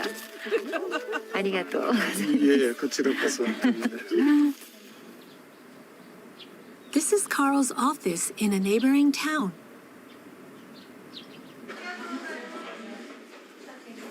He and Tina are holding a dinner party to welcome Akiko and her daughter. How are you? Thank you. Thank you very much. Tina-san will going to be my teacher. イギリスに行ったところだからよろしくお願いします。That's nice. When you come, please, we can talk a lot of time together. はい、ありがとうございます。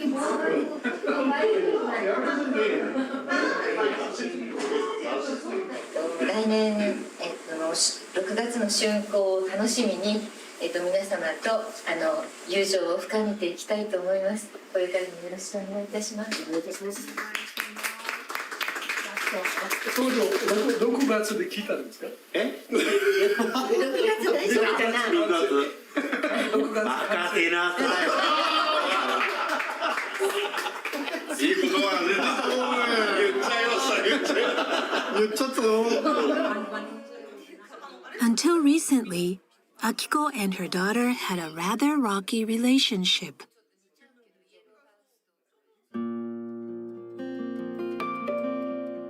Saki was aiming to become a biology researcher, but she left graduate school. She became an artist, carving motifs of living things on erasers.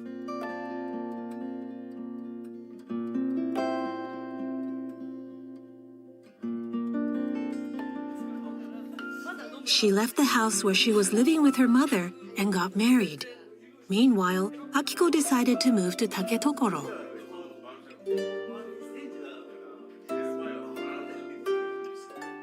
昔からその母と、この2人母子家庭で本当ずっと母と2人でずっとやってきたんですけど、私が親離れするタイミングとその母が子離れするタイミングみたいなのが私の方が多分ちょっと早くてずれちゃって、でそうすると母はもう娘だと思ったのになんか急にいなくなっちゃってどうしてみたいな感じで、なんかその自分のそれこそ一番の生きがいって思ってるようなものが急にパッていなくなっちゃったことに対しての喪失感とかみたいなものが結構多分強くて、じゃあ今後一人で生きていくことをって考えた時の新潟だったのかなと思いますね。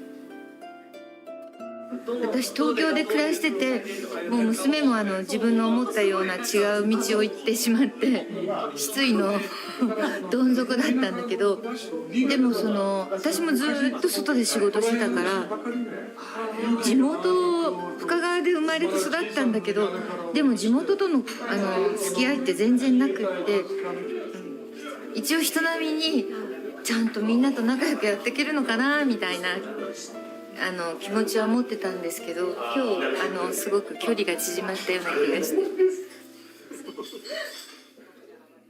The party ends with a celebratory song performed by the master carpenter in charge of rebuilding Akiko's house.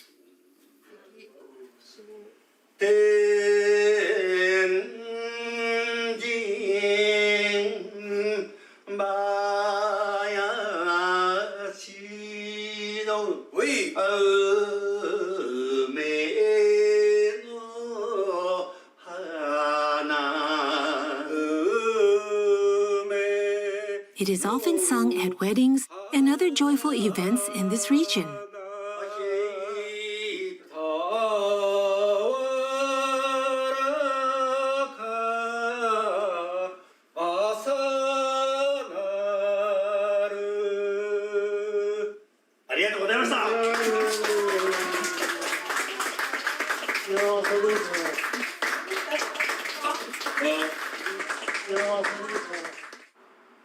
Akiko is eagerly awaiting the day when she can relocate to her new home.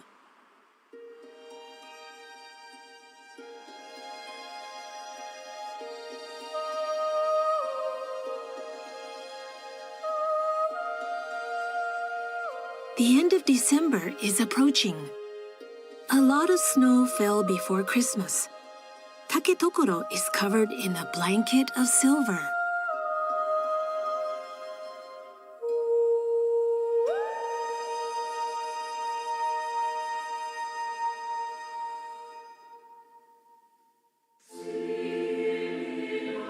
At hot sokakuan.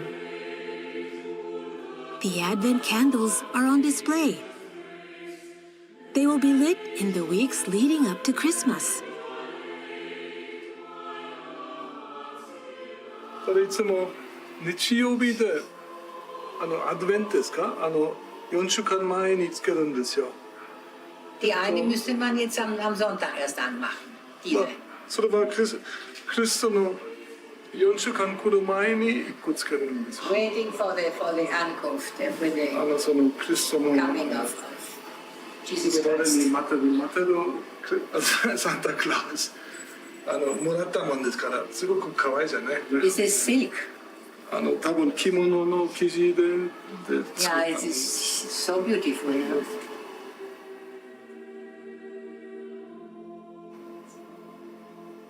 Tina has started preparing some traditional Christmas sweets.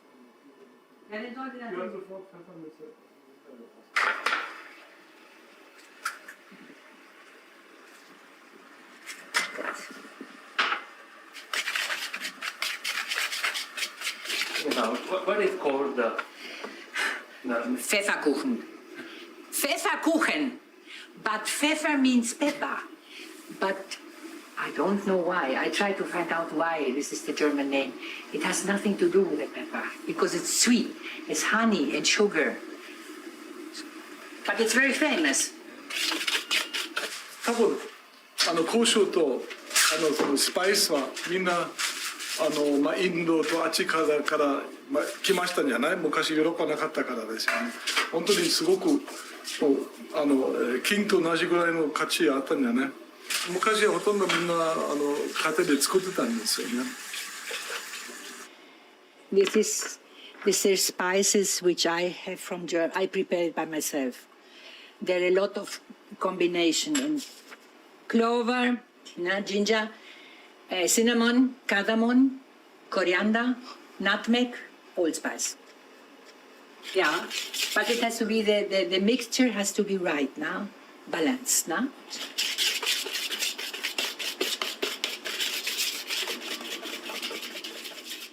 It's a recipe her German grandmother taught her when she was a child growing up in Argentina. Cool, I think it's. So this is the butter.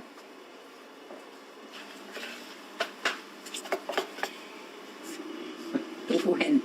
But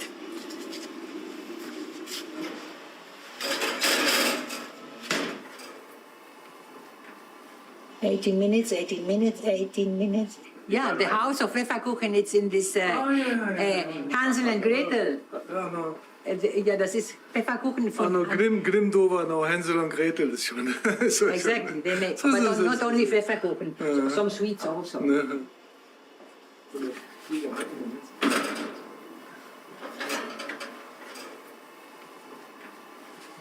Smells wonderful now. And now I make this 4 hours. Go in, eh?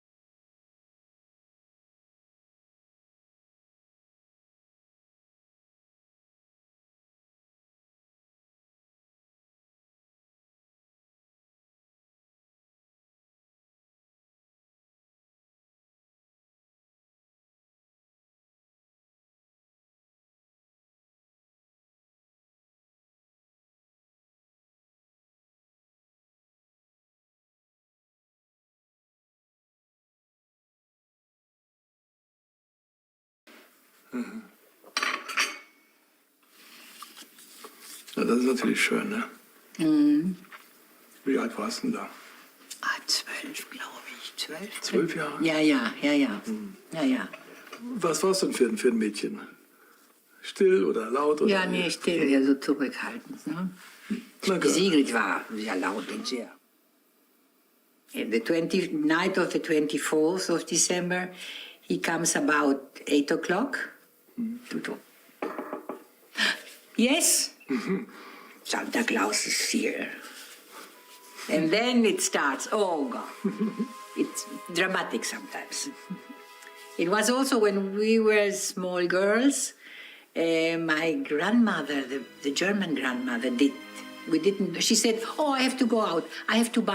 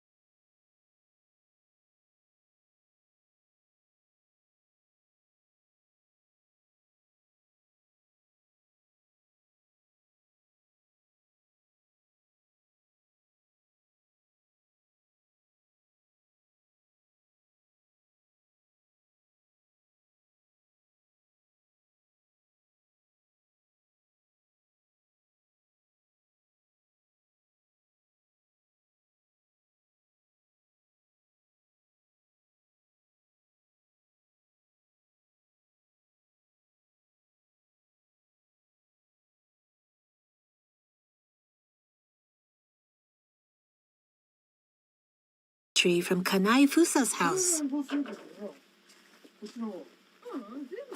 これ重たい？結構重たいんだけど、でもこうやって持っていくしかないんだけど。結構重いよ。持ってからお茶していく。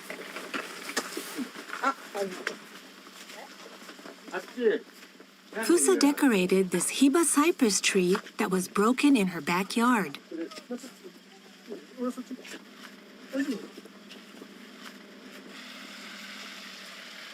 They're taking it to the Taketokoro Community Center.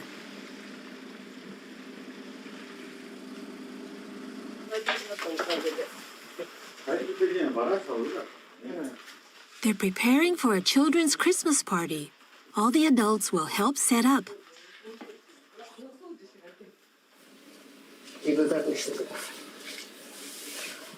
Oh! うまくいった。そうか、うまくいった。きれいきれい。よかった。うちだけで楽しんでなくて。あ、クリスマスになるじゃない？これ一本あれば。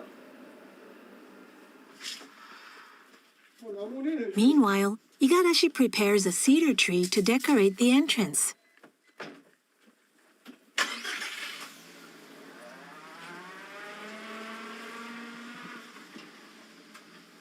どの辺で取ってきたんですか？そのいろいろあらへんから。そこも取ってみたいけどちょっと小さくてさ。これでもいかない小さいなと思ってさ。子供がね喜ぶ姿見たくてさ。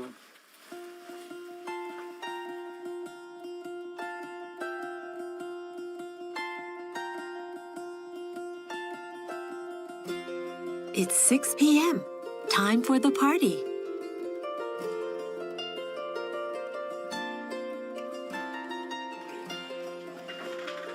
Despite the snow, the children are arriving.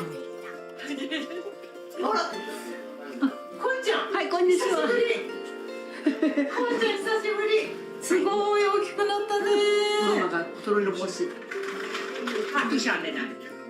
Tina and Carl arrive. Hello, こんばんは。What are you doing here? こんばんは。こんにちは。こんにちは。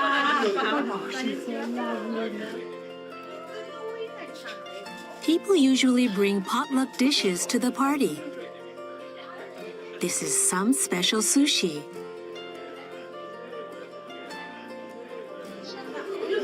Give me right here.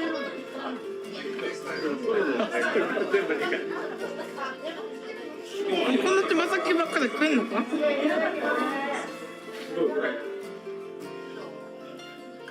Carl has brought Schweinebraten, a German pork roast. これが一生懸命焼いたの。言ってたでしょ。いや私ですよ。一生懸命焼いてるのを見てた。あそこでサンタさん呼んでください。It's finally time for Santa to appear.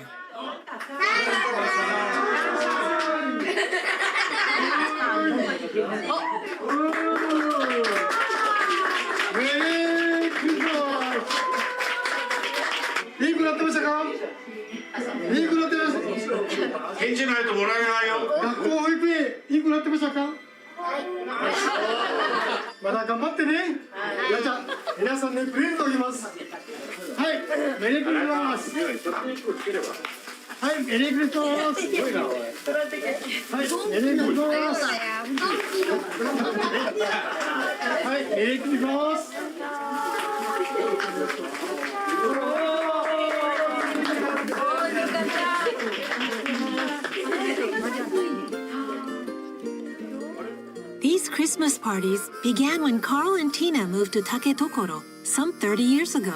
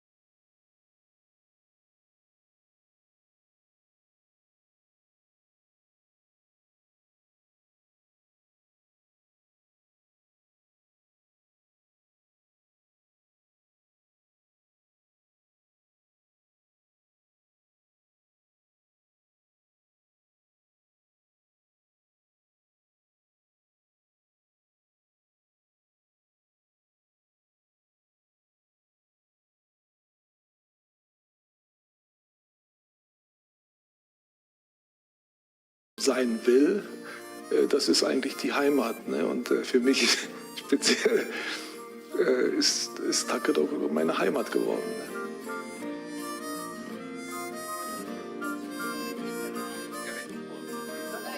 The mood is still festive as the party carries on into the night.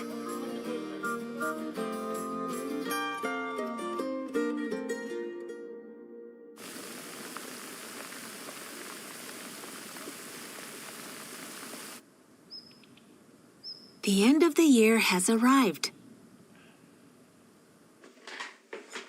Kanai Fusa is busy preparing New Year's dishes.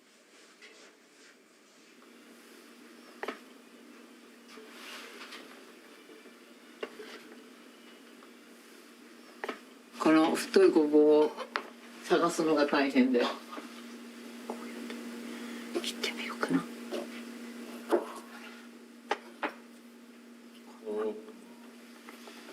くるみごぼう。これ油揚げ。油揚げを、1枚のまま煮て、それで煮上がったら熱いうちにこう巻いておく。そうするとほら素敵。うちの母がなんか油揚げはこうやって煮てくれてましたね。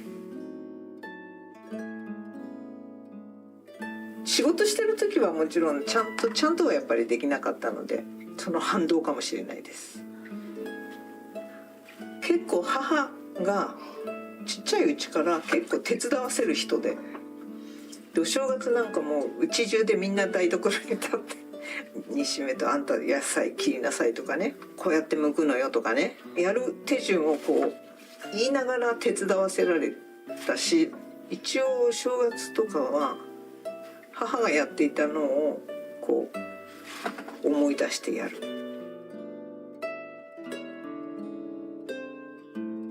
Surprisingly, Fusa has prepared 23 different New Year's dishes.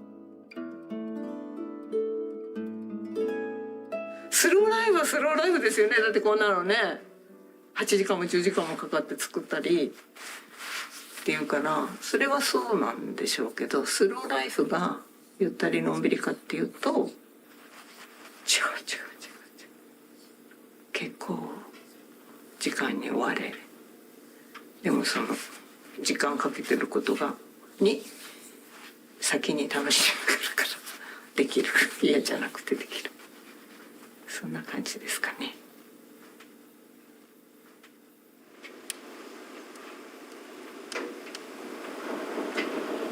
来た。2021 will end quietly.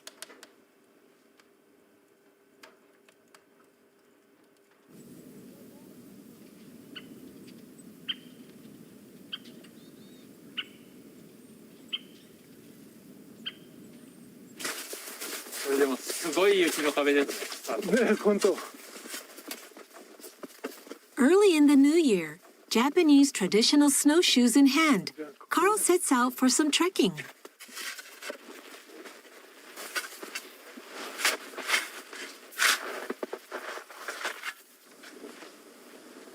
Scrunching on the snow as he walks along is one of Carl's great winter pleasures.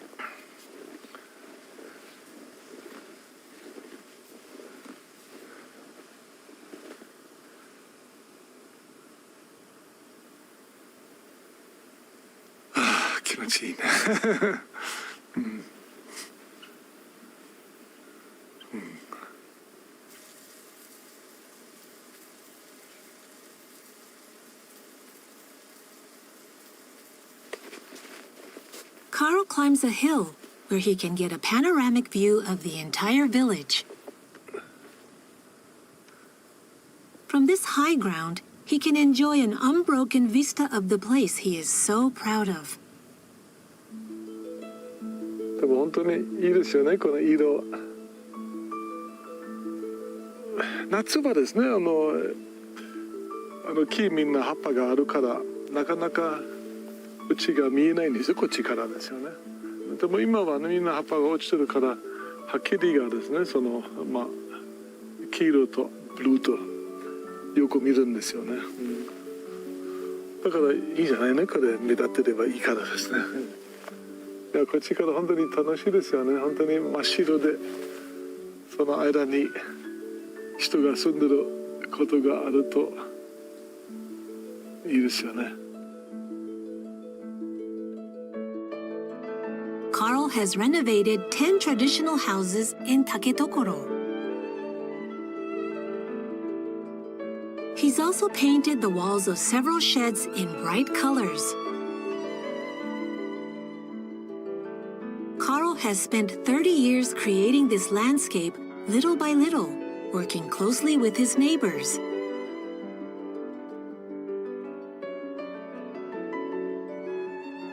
Wir haben unser Paradies eigentlich gemacht. Aber es hängt ja auch mit den Leuten zusammen, die hier gewohnt haben. Wir sind ja als Ausländer hergekommen, als Gäste hierher gekommen. Und was eben auch sehr, sehr wichtig, das Wichtigste eigentlich überhaupt war, dass wir sehr in unserem Dorf aufgenommen wurden, also willkommen gewesen sind. Es ist sehr, sehr ruhig und sehr angenehm zu leben, aber es ist nicht einsam hier.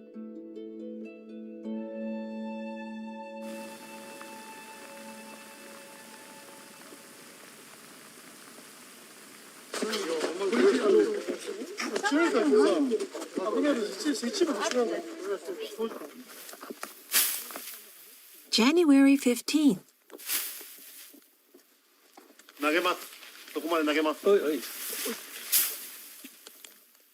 Today is the day of the Dondoyaki, a New Year fire festival. Everyone in the village will carry the kaya grass that was cut in autumn and left to dry in the storehouse.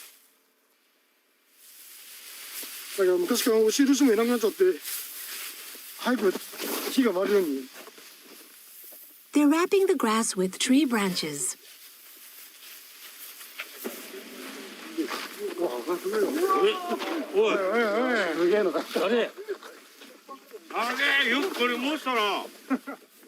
Carl carries in a bamboo trunk 7 meters long. According to local tradition, one tree cut down after the start of the year is always added to the dondoyaki fire.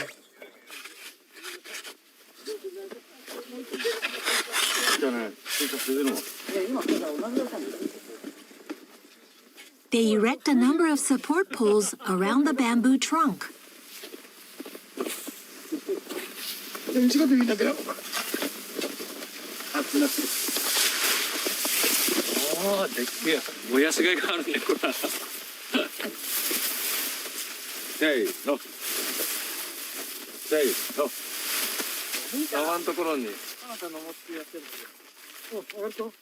The children add their New Year's calligraphy.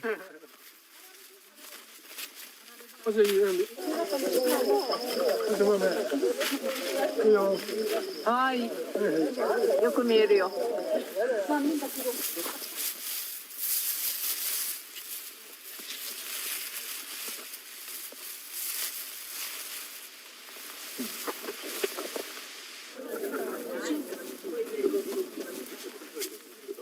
They're ready to light the fire.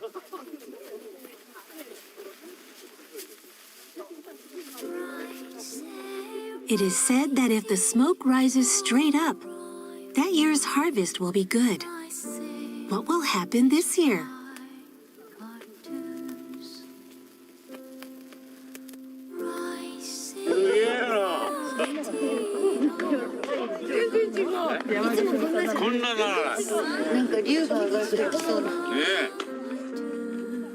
A big plume of smoke heads straight up into the sky.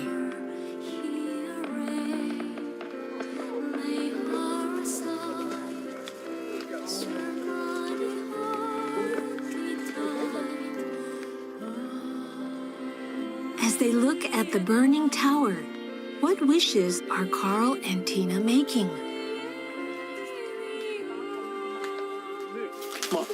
大体健康だけですよね。健康になればもう何でも良くなるしですよね。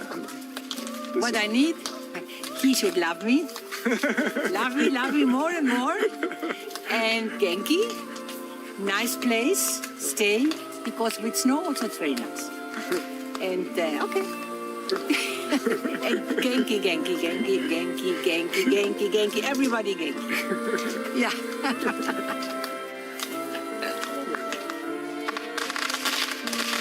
Oh, das hört sich ja nicht an.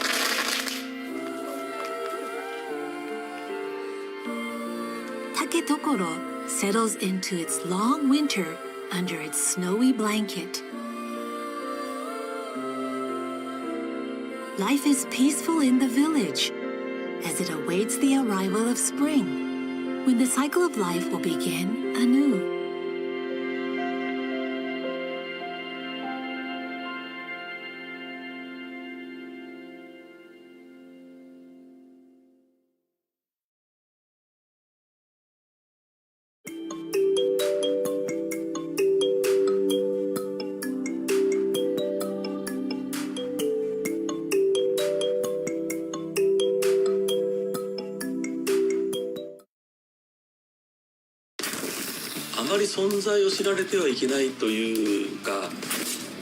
Damage disappears under this man's touch. He is a restorer. 人類史上最高の銀かもしれない。 The pieces he is hired to restore can be worth millions. The unknown master of restoration.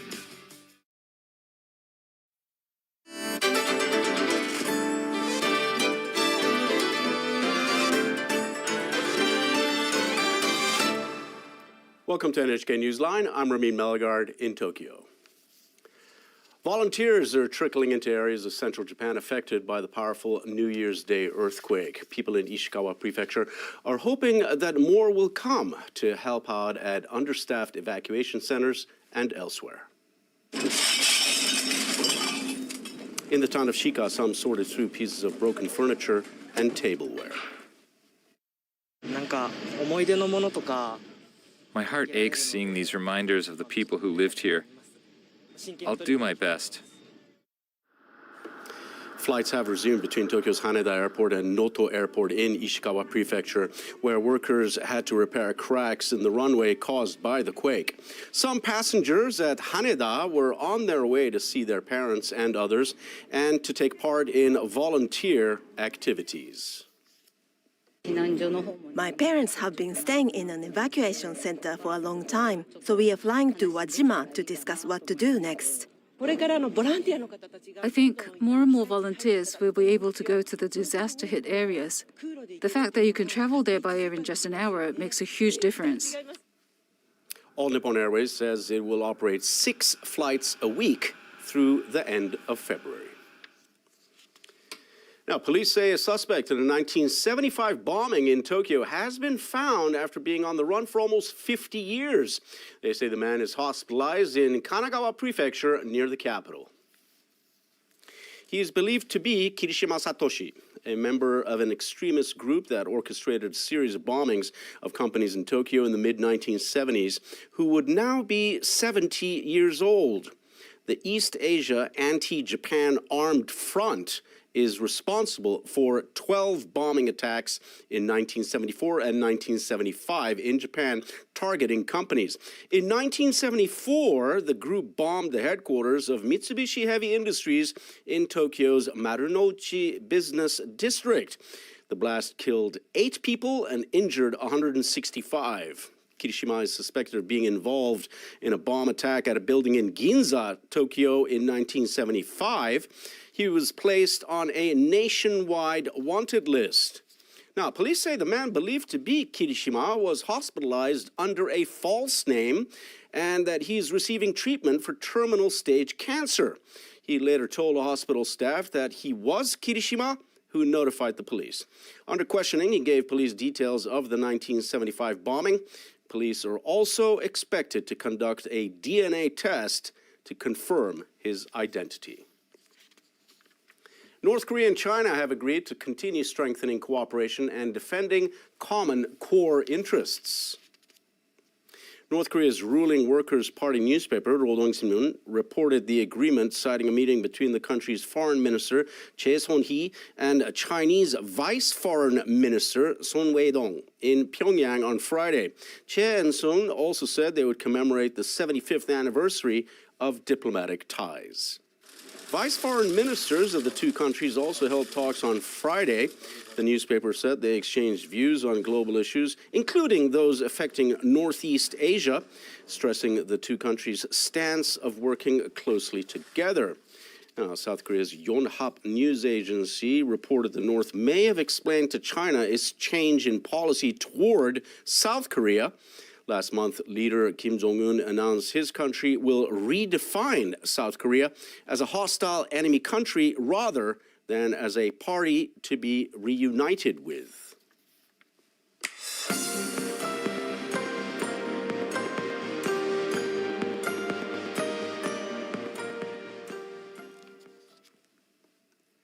U.S. President Joe Biden's administration has paused new approvals for applications to export liquefied natural gas.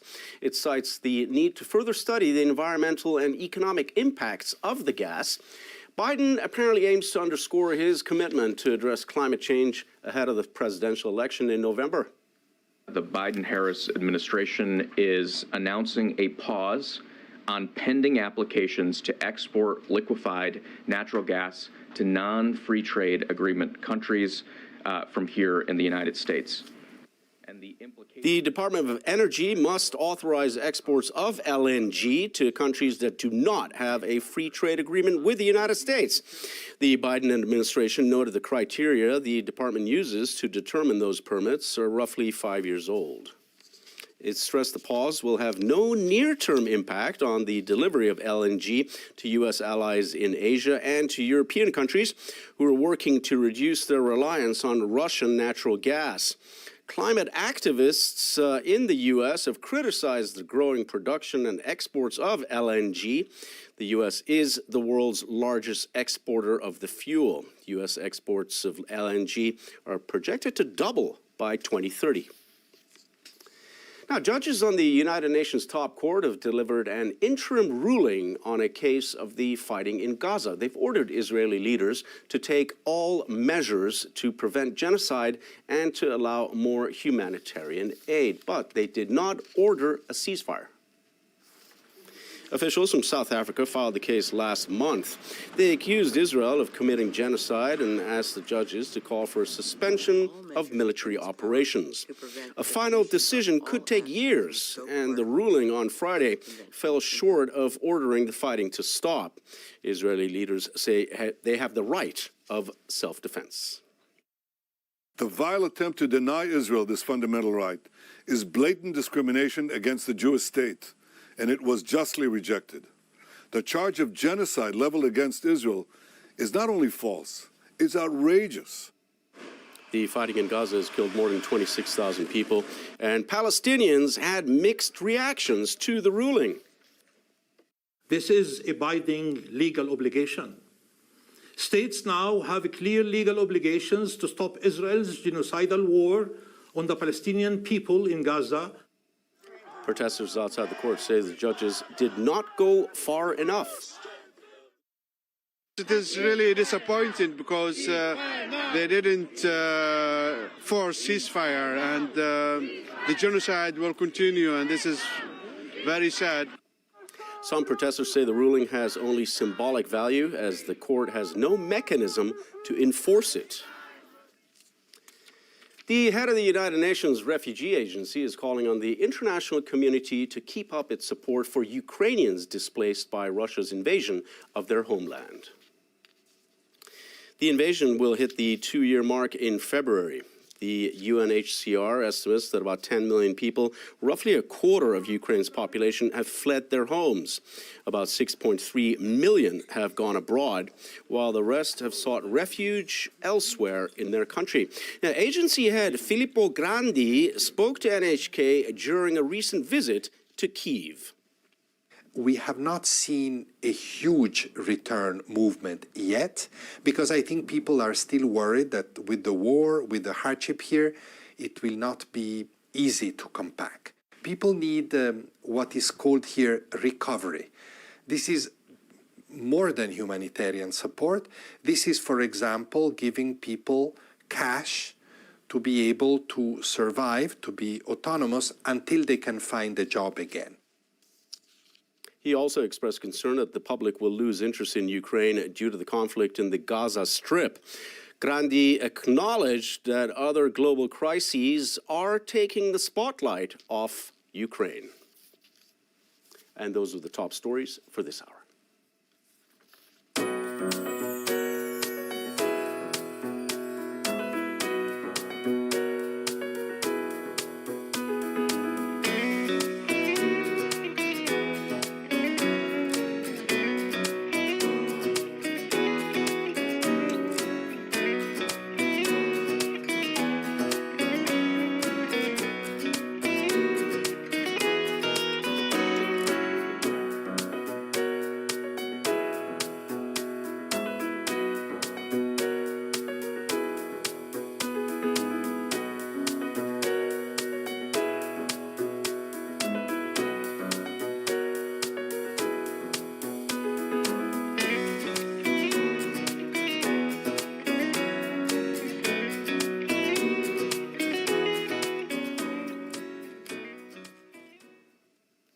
And that is a wrap for this edition of NHK Newsline. I'm Ramin Malagard. Thank you very much for joining us.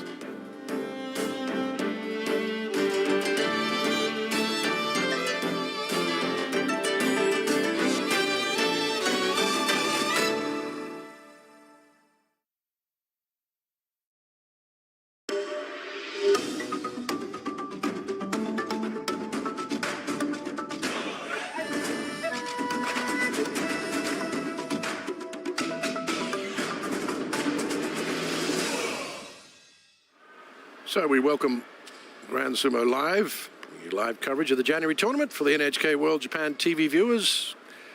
Hope you can enjoy the day 14 action. Grand Sumo from the Kokugikan. Replay here of Hirorumi and Tobizaru.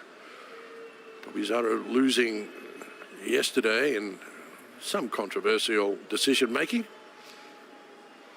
But he had no say in that. It was all Hirorumi, who goes even now at 7-7, and Tobizaru the same. So important for them.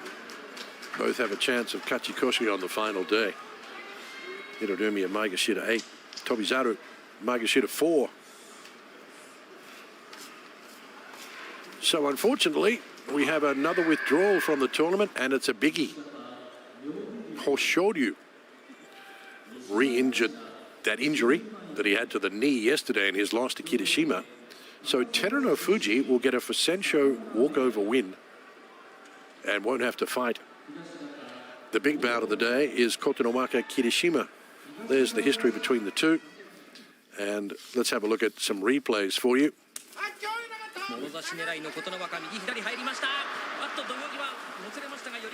Took us back in time to March of 2023, November, Bozan Daisho bout. So the final day, it will be Kirishima and Teruno Fuji fighting each other. Who does Kotonowaka fight? He's fought everybody around him except Tobizaru and or Asanoyama. They're the possibilities for Kotonowaka on the final day. But he's got to get by Kirishima today. He has beaten him twice. But the edge is certainly with Kirishima in there 10 times facing off it on the dohyo. Let's get back to these men, both 4 and 9, disappointing tournaments. Myogiru, the Maegashira 12. He's going to be okay, I think, at this rank. He won't fall to Juryo, but a win would help just in case. Gonoyama, Maegashira 3. Yep. Both went 10 and 5 in their debuts in the top division, 12 years apart.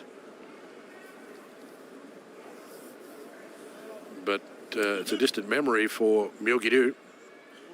Not so much Gonoyama.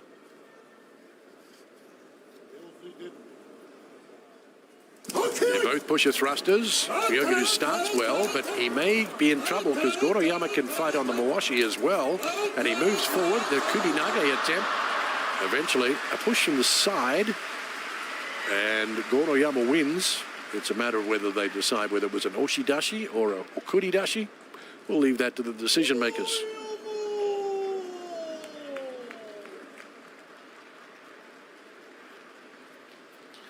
The 5th win for Gonoyama.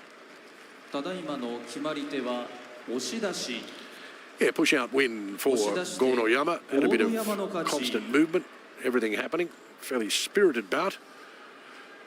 But Gonoyama, it's just the second time they've met, and they now have a win each against each other. Some desperate moves here by Myogiru, the veteran.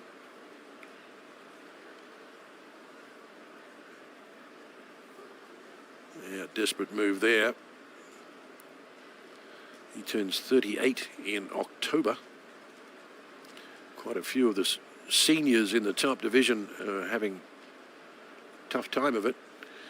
Takara Fuji, Myogiru, Endo. Endo might be lucky. He got a win today. That might be enough to keep him in. And probably will be.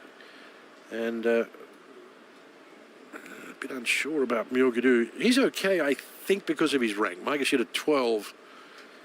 And there are at least 4 men, maybe 5, from Juryo that could be promoted. So you've got to find 5 to be demoted. And It's pretty easy with a few of them. Aoyama Hokuseiho, I believe, will be back to Juryo. And Bushozan. But from there on, it's a little difficult. So, always the case, we don't have the matchups for tomorrow until well over an hour past the end of proceedings today. So we can't tell you who they're going to fight, because that decision is yet to be made. But we can pretty well guarantee about the ones that really matter, because set in stone almost in terms of Kirishima, Terunofuji, Kotorawaka, we've given you the options, and they're the only two really that he can take on. So will we have a new Yokozuna? Will we have a new Ozeki? Will we have neither? Depends how lenient they want to be. What if Kirishima doesn't win the tournament, but loses it by one bout if he wins today? So that means he would finish up with a 12-3 record and a Junyusha runner-up role. Now, because I desperately think the Sumo Kyokai need another Yokozuna, they may give him a pass mark, but that's the decision they'll have to make. And with Kotorawaka, normally 33 is the not set in stone number. Ross was talking about that yesterday. Ross did say he thought he'd be okay with Kotorawaka. I don't share that opinion. Kotorawaka, I believe, has to get to at least 12 wins, and it's going to be tough. He has to beat Kirishima today. He doesn't have a great record against him. He doesn't have a great record either against his opponents between Tobizaru or Asanoyama. So he might fall short. I don't think they'd be super lenient and say, oh, okay, well, you only got 31. Let's give it to you. 32 has been used. I don't know about 31. I didn't bother to even check that out, but I didn't think it would be even considered. But it's been a great tournament. I mean, so much has happened, and good to see that men at the very top are in the Yusho race, and that's how it's supposed to be. If you're a relative newcomer to the sumo in the last couple of years, that has not been the case. The tournament's been won by anybody from deep in the ranks, and that makes it exciting, but sumo has a ranking positioning for a good reason. You win, you move up the ranks. You have the east and west side. That doesn't mean anything other than prestige about east and west. It did have significance back in the day when there were different sumo associations. You people were asking about how they pair them up. Well, in the first week, it's all about rank. And in the second week, if the guys who are Maegashira 15, 16 or 17 are in the Yusho race, they'll be pushed up against tougher opponents from normally days 10 onwards. And that's happened this tournament. Ono Sho and Ono Sato were flung up to fight Ozeki, Sekiwake and Yokozuna and struggled, both of them.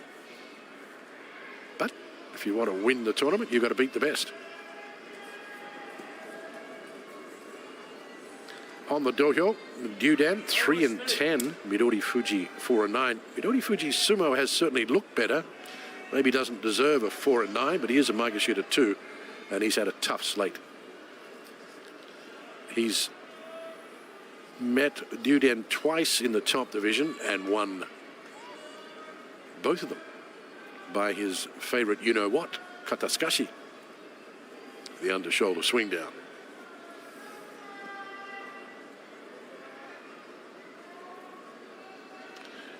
He's actually only used Kataskashi twice in this tournament. We've seen it used by many others. Ryuden had 2 wins, days 4 and 5, then a Fusencho win day 6, so not been a tournament he wants to put in the record books, his own personal successes. At Maegashira 5, he was hoping for much better, coming off a really good 10 and 5 in Kyushu. last year.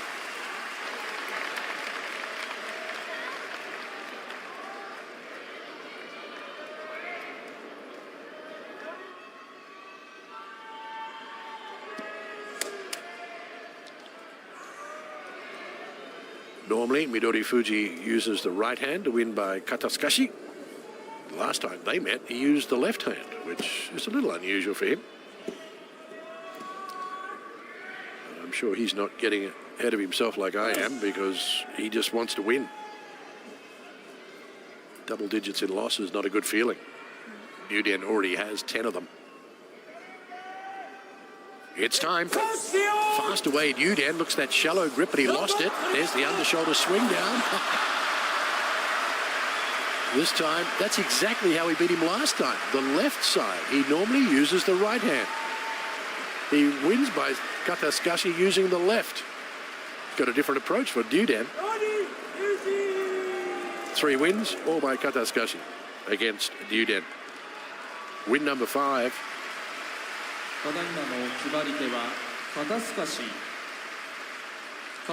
He is excited. 116 kilos of sheer excitement. Sometimes he's put on his backside by bigger men, but when he's able to execute the sumo that flips opponents over, Yuden's 162 kilos. Midori Fuji, 116. Takes him one way, then the other. So normally he would get the right hand under the left armpit, retreat, but he uses the other side against Yuden.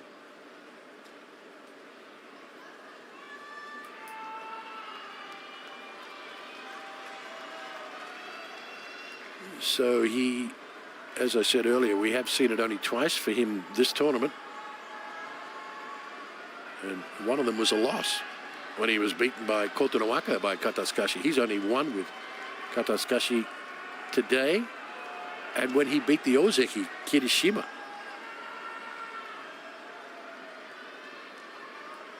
Unfortunately, it's not going to be a winning tournament for him, and if you can do this against top rankers and get a Kachikoshi, you become eligible for special prizes. But he won't be in that category. The special prizes will be announced tomorrow on day 15. I would suggest Ono Sato and Shimazu Umi, the 2 rookies, will certainly be eligible for a Kantosho.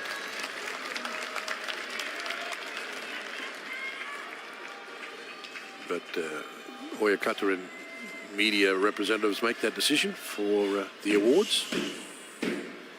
But he should be pretty happy with that sumo. Not the overall number at the end of the 15 days, but to be 5-9, he can hopefully go 6-9 with a win on the last day.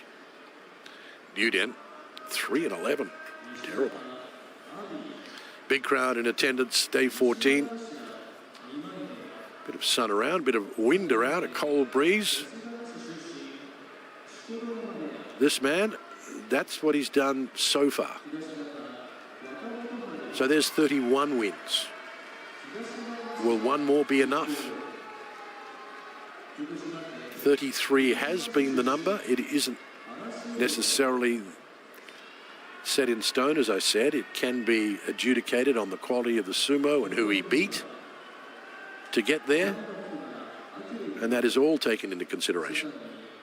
He fights Ozeki Kirishima today. If he beats him, that'll be huge. He hasn't beaten the Ozeki, the Yokozuna, pardon me. So he's not alone. Kirishima, Hoshoryu, neither of them have a win against Teruno Fuji. The only man near the top that has a fair record against Teruno Fuji is Daisho. And he doesn't fight in this tournament for some reason. The reason I know, but I thought they could have changed it around a little bit. They put Teruno Fuji up against Ono Sato and Onosho, because they were leading the tournament. And Daisho hasn't even got Kachikoshi yet, so that was taken into consideration as well. On the clay now, Abi going for Kachikoshi against Wakamoto Haru, who'll be heading back to Sanyaku, because he's 9-4. history does favour Abi.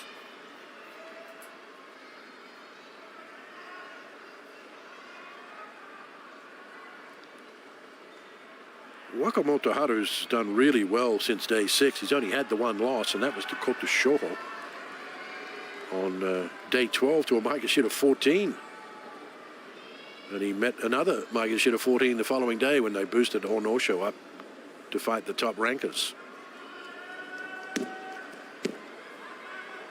So even at the rank at Maegashira 1, he's had some unusually lower ranked opponents, or higher, depending how you look at your sumo. Maegashira 11, Maegashira 10, and 2 Maegashira 14s. He did beat the Yokozuna and also Takakeisho. Lost to Hoshoryu and Daisho early on.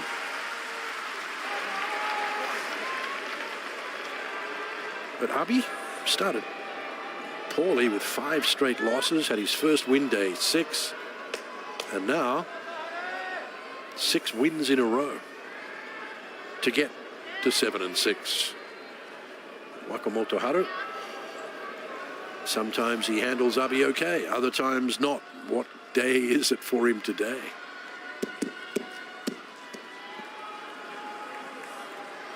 Occasionally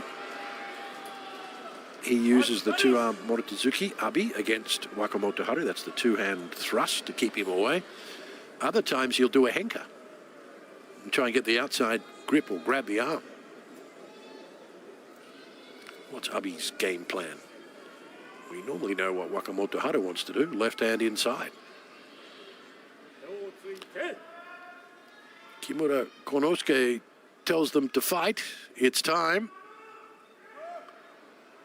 The stare down, the timing. The 2-arm and a sidestep by Abi.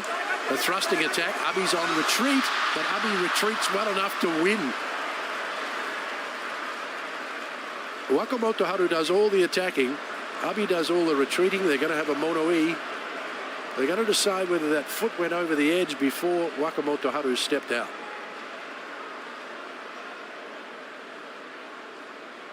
They're both in the air, but they're going to decide whether Abi's outside the dohyo. The Gunbai went straight to Abi. I think he got it right. They both left the arena, the air, one in the air. Remember, being in the air over the dohyo does count, but being in the air outside of the tuara counts for a loss. So a lot of people say, oh, he was still in, or he hadn't touched outside. The fact that he hadn't touched is irrelevant. It's got to be a case of whether you're inside the area of play. I almost leapt in the air at the same time. Boom. Synchronized departure. So the Goji has to point one way or the other. He's gone for Abi. Now they have to say what happened, what they believe happened. Fujishima Oyakata is the chief judge.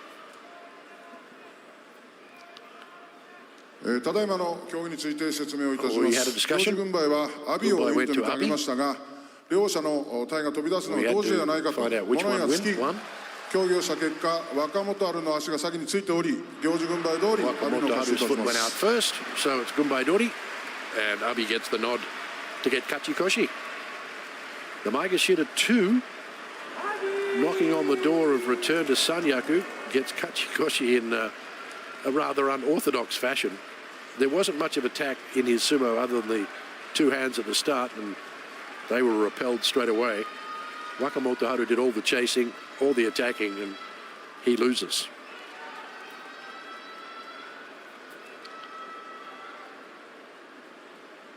There's the 2-arm thrust. He swings away and looks to be in all sorts of trouble, but escapes, and he's on the run. A push briefly, but on the run still. And as he lunges, Abi stays in.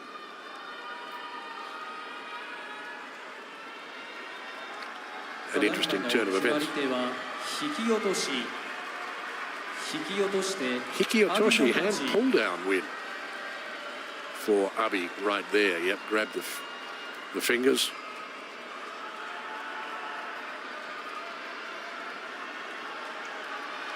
So the right hand poked out by Wakamoto Haru. He grabbed it with his left.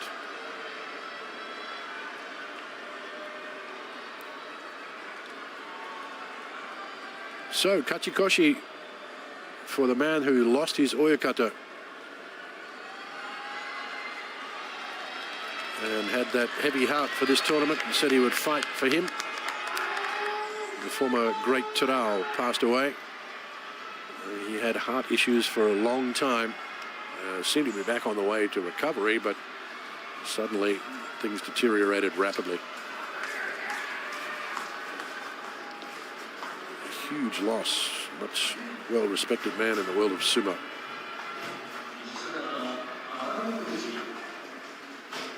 He's a relatively young man. He's got an unusual physique, to say the least, but he's got very solid sumo. He's a chance to become an ozeki, and this man's a chance to become a yokozuna. One with 2 Yusho wins, one trying to get his first. They fight each other today in the final bout, and they're both chasing Terunofuji, who already has 12 wins with the withdrawal of Hoshoryu. The ever-smiling Atami Fuji, not always smiling after the bouts, but when he is, it's a breath of fresh air. Yeah, breath of fresh air. Asano Yama came back yesterday and looked strong, but when I had a look at the bout again, he does take the weight off that sore ankle, and there's not a lot of footwork. Now, Atami Fuji is not a pusher thruster per se to the extent that that's how he approaches his sumo, but he can bring a pushing attack.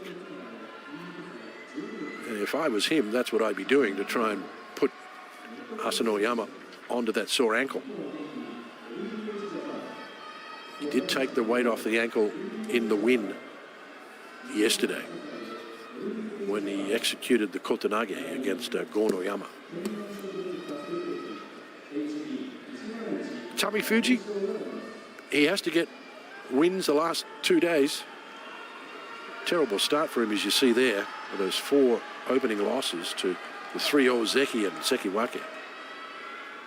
And then he bounced back with 4 wins. So they've been very streaky.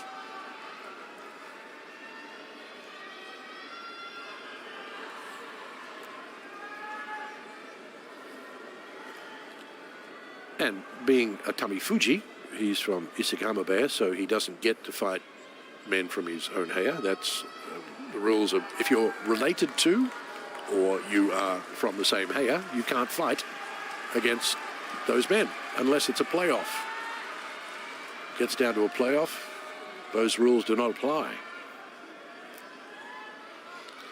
So right now, Takeda Fuji has won the Juryo Yusho already. And Terunofuji looks to be in the driver's seat to win his 9th. The last time we had men from the same stable to do that was 2022 May. It was Terunofuji and Nishiki Fuji, both from Isegama Bay. History between these two, quite limited, 1 bout, and that was September last year, where Asano Yama won by Yorikiri. His sumo has looked really good. Quite disappointing that he sustained that ankle injury, because he would have been in the Yusho race. Career hampered by stupidity, basically, and now by injury. Suspended for a year. Had just to sit there and wait. Couldn't compete at any level. He's at Maegashita 7, takes on a Maegashita 1.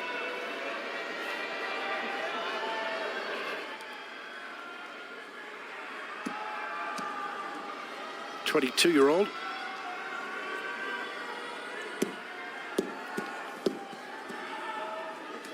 This man will be 30 in March. Can he make another run to get back to Ozeki? He's already got Kachikoshi. Atami Fuji 6 and 7 needs to win here. Give him a chance to get his 8th win on the final day. Day 14 action. Kimura Shotaro points the Gumbai forward.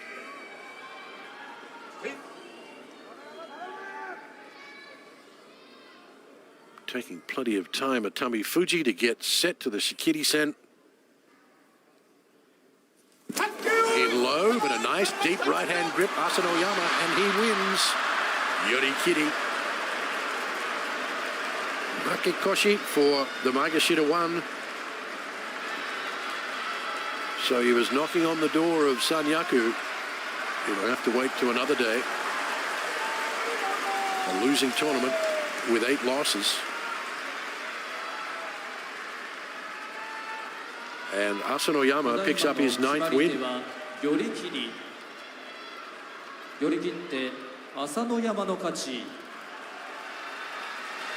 Both men slipping, but the footwork, initial footwork, was better by Asanoyama driving back Atami Fuji.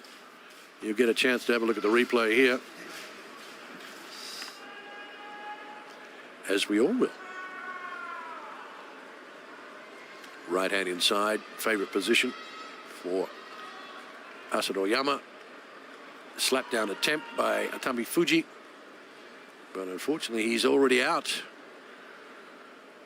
So a desperation move, but he tried something, but unfortunately he ran out of room. Atami Fuji. He was certainly thinking about the slap down, but the damage had been done.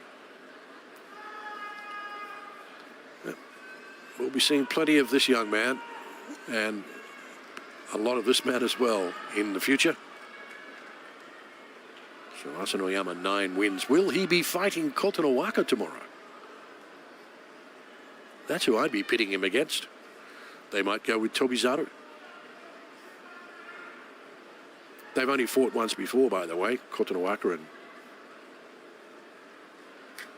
and Asanoyama was the winner. Tobizaru and Kotonowaka have fought 12 times and have 6 wins each. So they might lean that way, I don't know. One's a Magashita 7, the other's a Magashita 4. So the discussion is being had, I'm sure, right after the 6 o'clock time rolls on and they all depart the scene to go and have the discussion about matchups for tomorrow.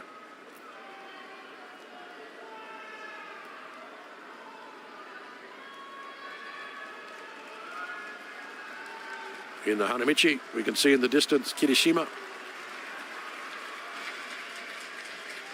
And from a different camera angle as he prepares for his bout against Kotonowaka. And this is when the nerves kick in even for the top rankers. His kicking ankle win yesterday was something of... Well, you had to go back 10 years last time we saw it, and the 2 Mongolians were involved in that clash 10 years ago. Imagiri hadn't been seen since 2014. Toki Tenku beat Shotenro.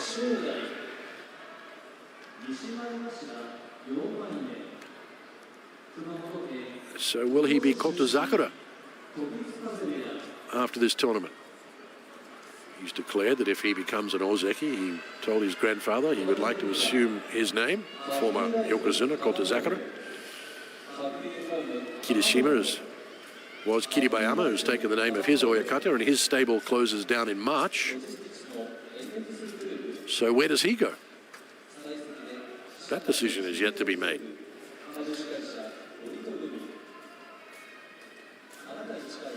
Some are suggesting he'll join Kakuryu at his new Heya, but I don't think that's a given. Once you enter sumo and you enter a stable, normally you can't go anywhere else unless it closes down or gets renamed, and therefore your stable changes in terms of the name, but not the lodgings. Quite often, if an oyakata doesn't find a successor and he retires, he'll close it down and they have to go somewhere else. Sometimes it'll close down and reopen in the same name years later when the kabu or the stock name becomes available.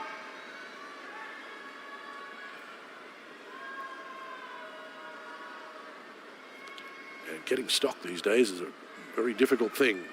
Kakadu was looking like not getting it at all there for a while, and the last minute he got it. Then the decision about Michinoku, the stable that Kirishima's from, came up, where the oyakata could not find someone to succeed.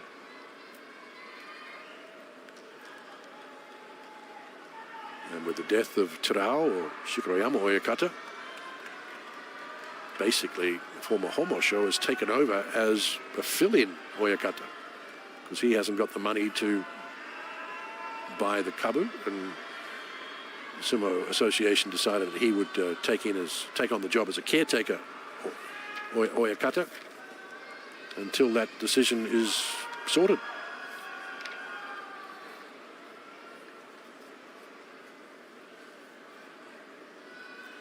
Now, Ura Komusubi, he won't be next tournament, already a losing record, takes on Shodai, who has the same record, 4-9.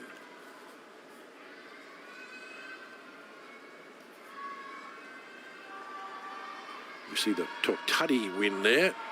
Ura has won a couple of times against Shodai using that, grabbing the arm. And Shodai has found it hard to win. Both men with 4 wins to show throughout the tournament. Shodai on the left has lost 6 in a row. Ura has won the last couple, got fortunate yesterday, I think. And another one of his wins was a Fasencho win with the withdrawal of Takakeisho. So he's only picked up 3 on the clay. This could go either way. Which one has a game plan? We know Ura starts with one. How he wins is not necessarily a plan. He does change his mind often during a bout and just goes with what his body tells him to do.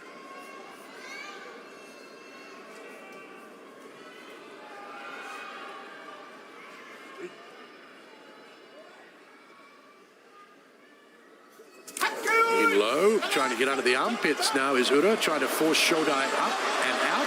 Grabbing the arm is Shodai, couldn't pull the throw. Ura retreats, he retreats even further. He grabs the arm and wins again. Oh. Houdini sumo from Ura, grabbing the arm when he looked to be in all sorts of bother.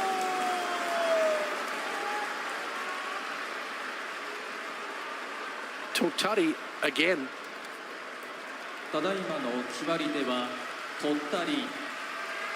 It is Totari. The armbar throw.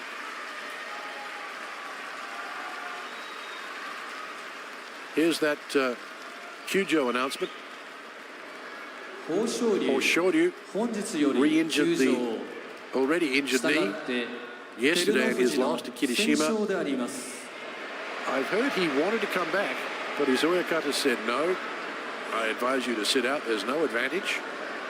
So Terunofuji, and as you may have heard there, the roars, the mumbles, people inside the Kokugikan, some did not know.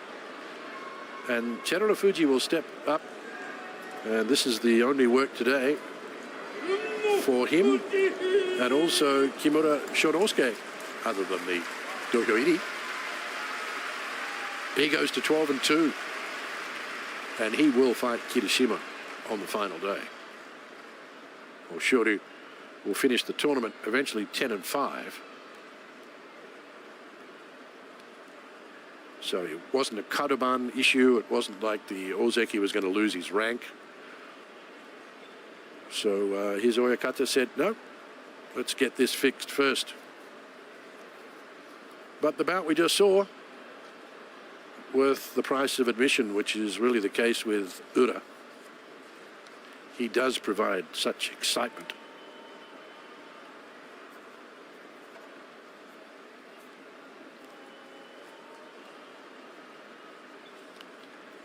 Yeah, I don't think Shoryu's had many.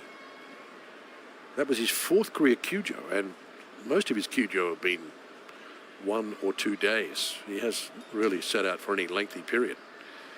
Now, let's have a look at this in slow-mo. Hazuoshi under the armpit by Ura, but the arm is grabbed by Shodai. Then he almost tries to throw him down. A balancing act. He retreats. He grabs the neck, retreats, grabs the arm. He's done it before, and he wins again by Totari. When Hiro Morita interviewed him last year, he said, I quite often don't know what I'm going to do. My body just reacts naturally. That's not the plan he goes in with. He quite often doesn't have an actual plan to beat. He just wants to move forward initially, win by taking the opponent back. But he has to resort to desperation sometimes, an effective desperation there. Totari. So 5 and 9 for him, 4 and 10 for Shodai.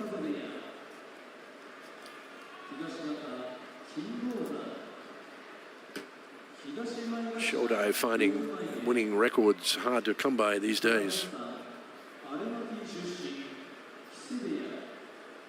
Now Daisho and Kim Bozan. Is he going to be our next Yokozuna? He's never beaten Teruno Fuji.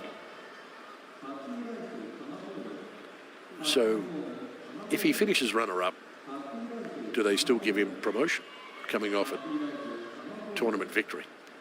And that has happened before. But 13-2, 12-3, different times, they may very well say that's enough. I personally hope they don't. I would like to see a strong Yokozuna.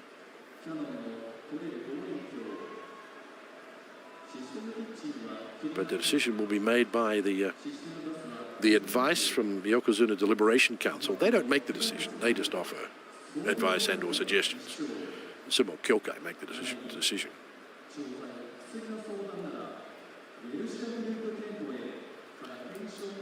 And about him.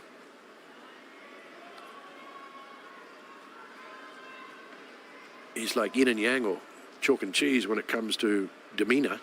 Up on the dojo, he's got this fighting spirit, but both men are fairly relaxed and calm off the dojo. Nerves will be a factor for both of them the last 2 days. He didn't look comfortable at all against Teruno Fuji, Kotonowaka, yesterday. Kitashima's been close a couple of times against Teruno Fuji, but still hasn't beaten him. Will it be this tournament? That's tomorrow. And the fight between them not too far away. Quite surprised Kim Bozan is continuing to fight at left knee. He's struggling to walk. He takes on Daisho. Daisho is going for Kachikoshi. And Kim Bozan trying to avoid Makekoshi. First time meeting between the two. Both pusher thrusters. Well, no extension initially by Daisho. Now he gets things going. Kim Bozan's on the run. He's trying to retreat and escape from Daisho. Daisho wins by Oshidashi. So he gets a Kachikoshi to Sekiwake on day 14. A Makekoshi for the Maegashira 6, losing tournament. And he needs to get that knee fixed. And he'll be back fighting strong, hopefully in the next tournament. I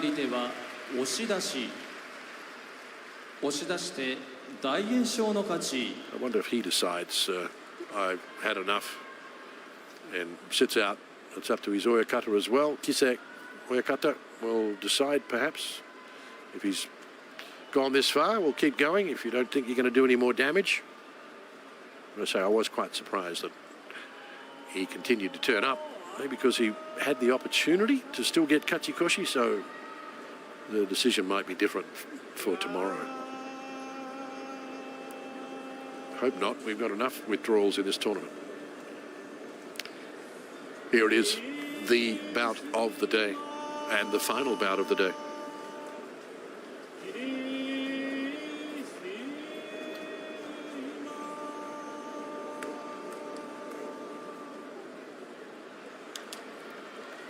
Reminder, tomorrow we come on the air at 4:30 for our NHK World Japan TV viewers. And there will be some playoffs that you won't witness, but we'll give you the results. Raja Pradhan, Ogawa Hiromi will be here for the final day.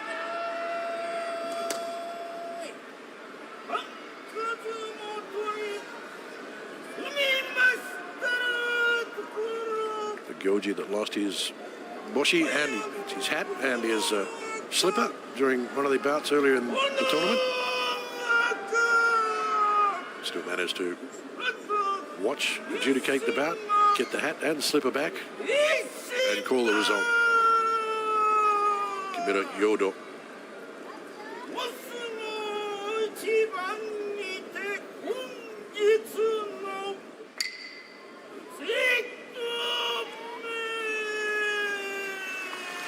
So getting to call the final bout of the day with the withdrawal of the Yokozuna, because the Tate Gyoji, the 38th Tate Gyoji, Kimura Shonosuke only calls the Yokozuna bouts when the Yokozuna is available.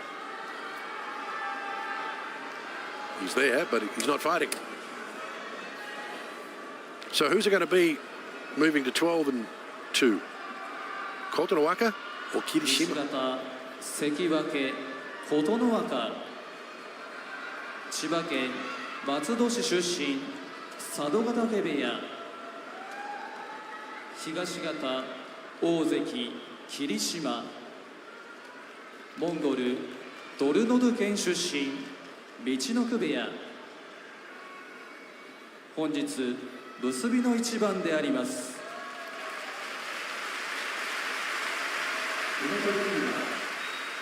So, is this an easier run to Ozeki for Kotonowaka? Is 12 enough?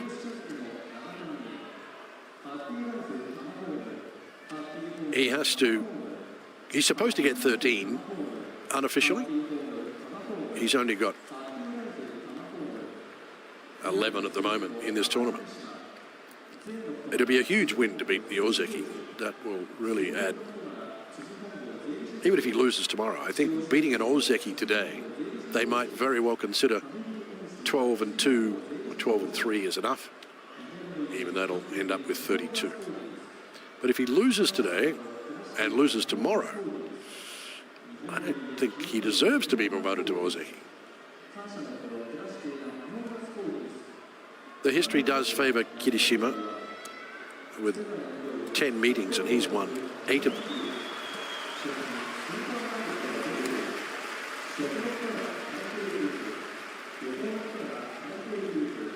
Kotonowaka is basically Yotsuzumo.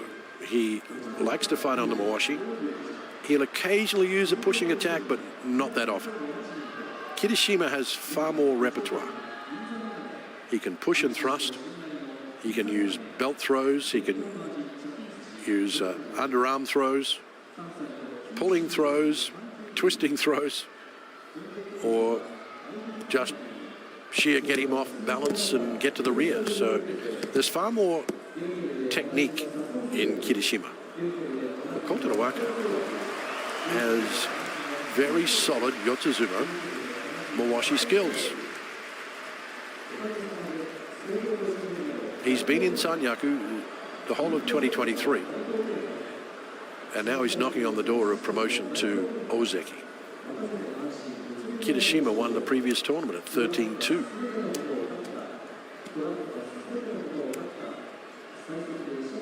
His strongest performance as an Ozeki, because he was injured in his first tournament as an Ozeki, and then just a moderate 9-6 second time round.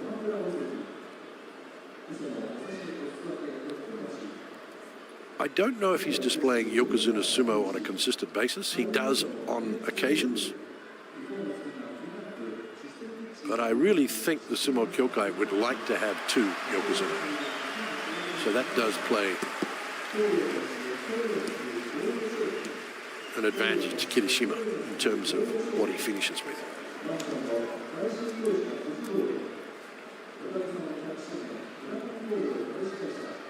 So there's plenty of prize money to be won here. There's 48 Kensho envelopes that have just walked around with all the banners that were paraded. So that's a sizable little payday pickup. There'll be 35,000 yen in each envelope. 35,000 yen goes into the bank. And the other 10,000 yen, or Ichima yen, pays for administrative and the flag costs, or the banner costs. So this will be a nice little payday.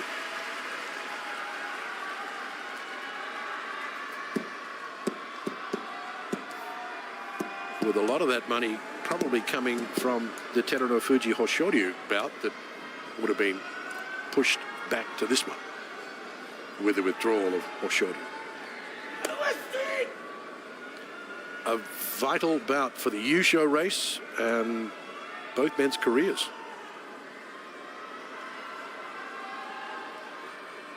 Kotonowaka won March last year by Yorikiri.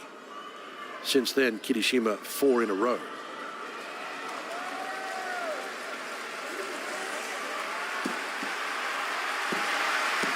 The speed here of Kirishima, I think, is vital. Kirishima can get right hand in or left hand in quickly. Kotonowaka wants the right hand in, left hand out. He was slow yesterday, Kotonowaka, against Terunofuji at the Tachiai. He needs to bring a bit of pace. Otherwise, Kirishima will be on to him quicker than he can blink.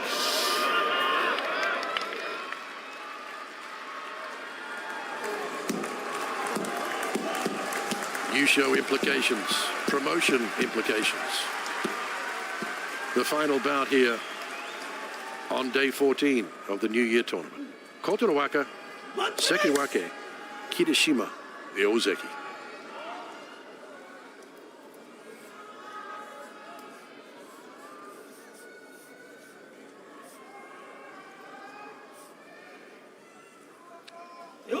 The tension.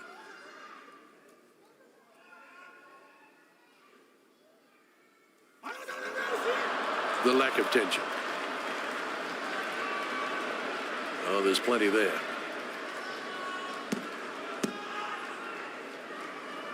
The clock winding down to 6 o'clock. Local time. We'll have Grand Sumo highlights for NHK World watchers. 1:30 tomorrow morning, the first. 2 other times during the day tomorrow. But we're back with live sumo again tomorrow for our NHK World viewers for the final day.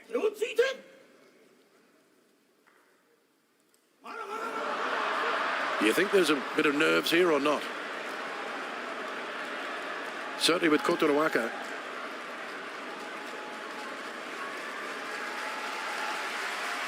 We possibly be extending our time here.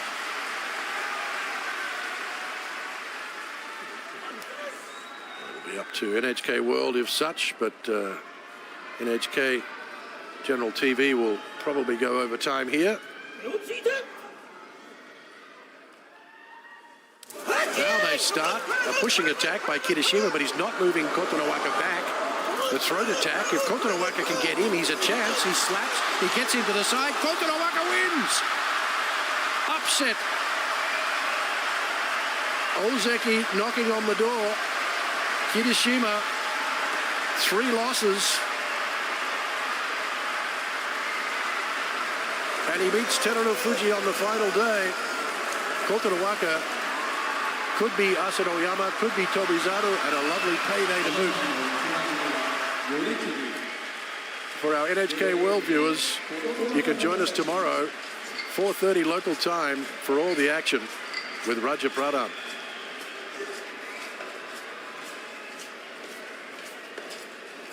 The disappointment on the face We've got a 1-minute extension. We finish at 6:01 local time.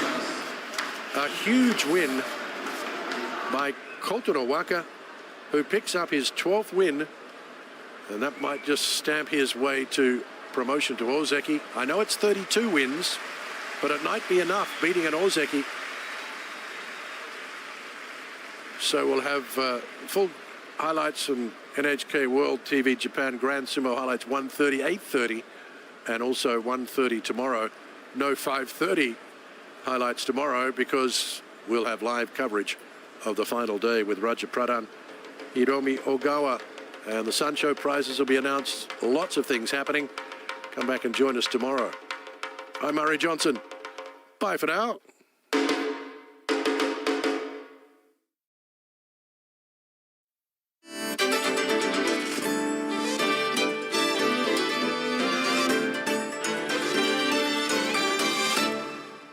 Welcome to NHK Newsline. I'm Ramin Melagard in Tokyo. Volunteers are trickling into areas of central Japan affected by the powerful New Year's Day earthquake. People in Ishikawa Prefecture are hoping that more will come to help.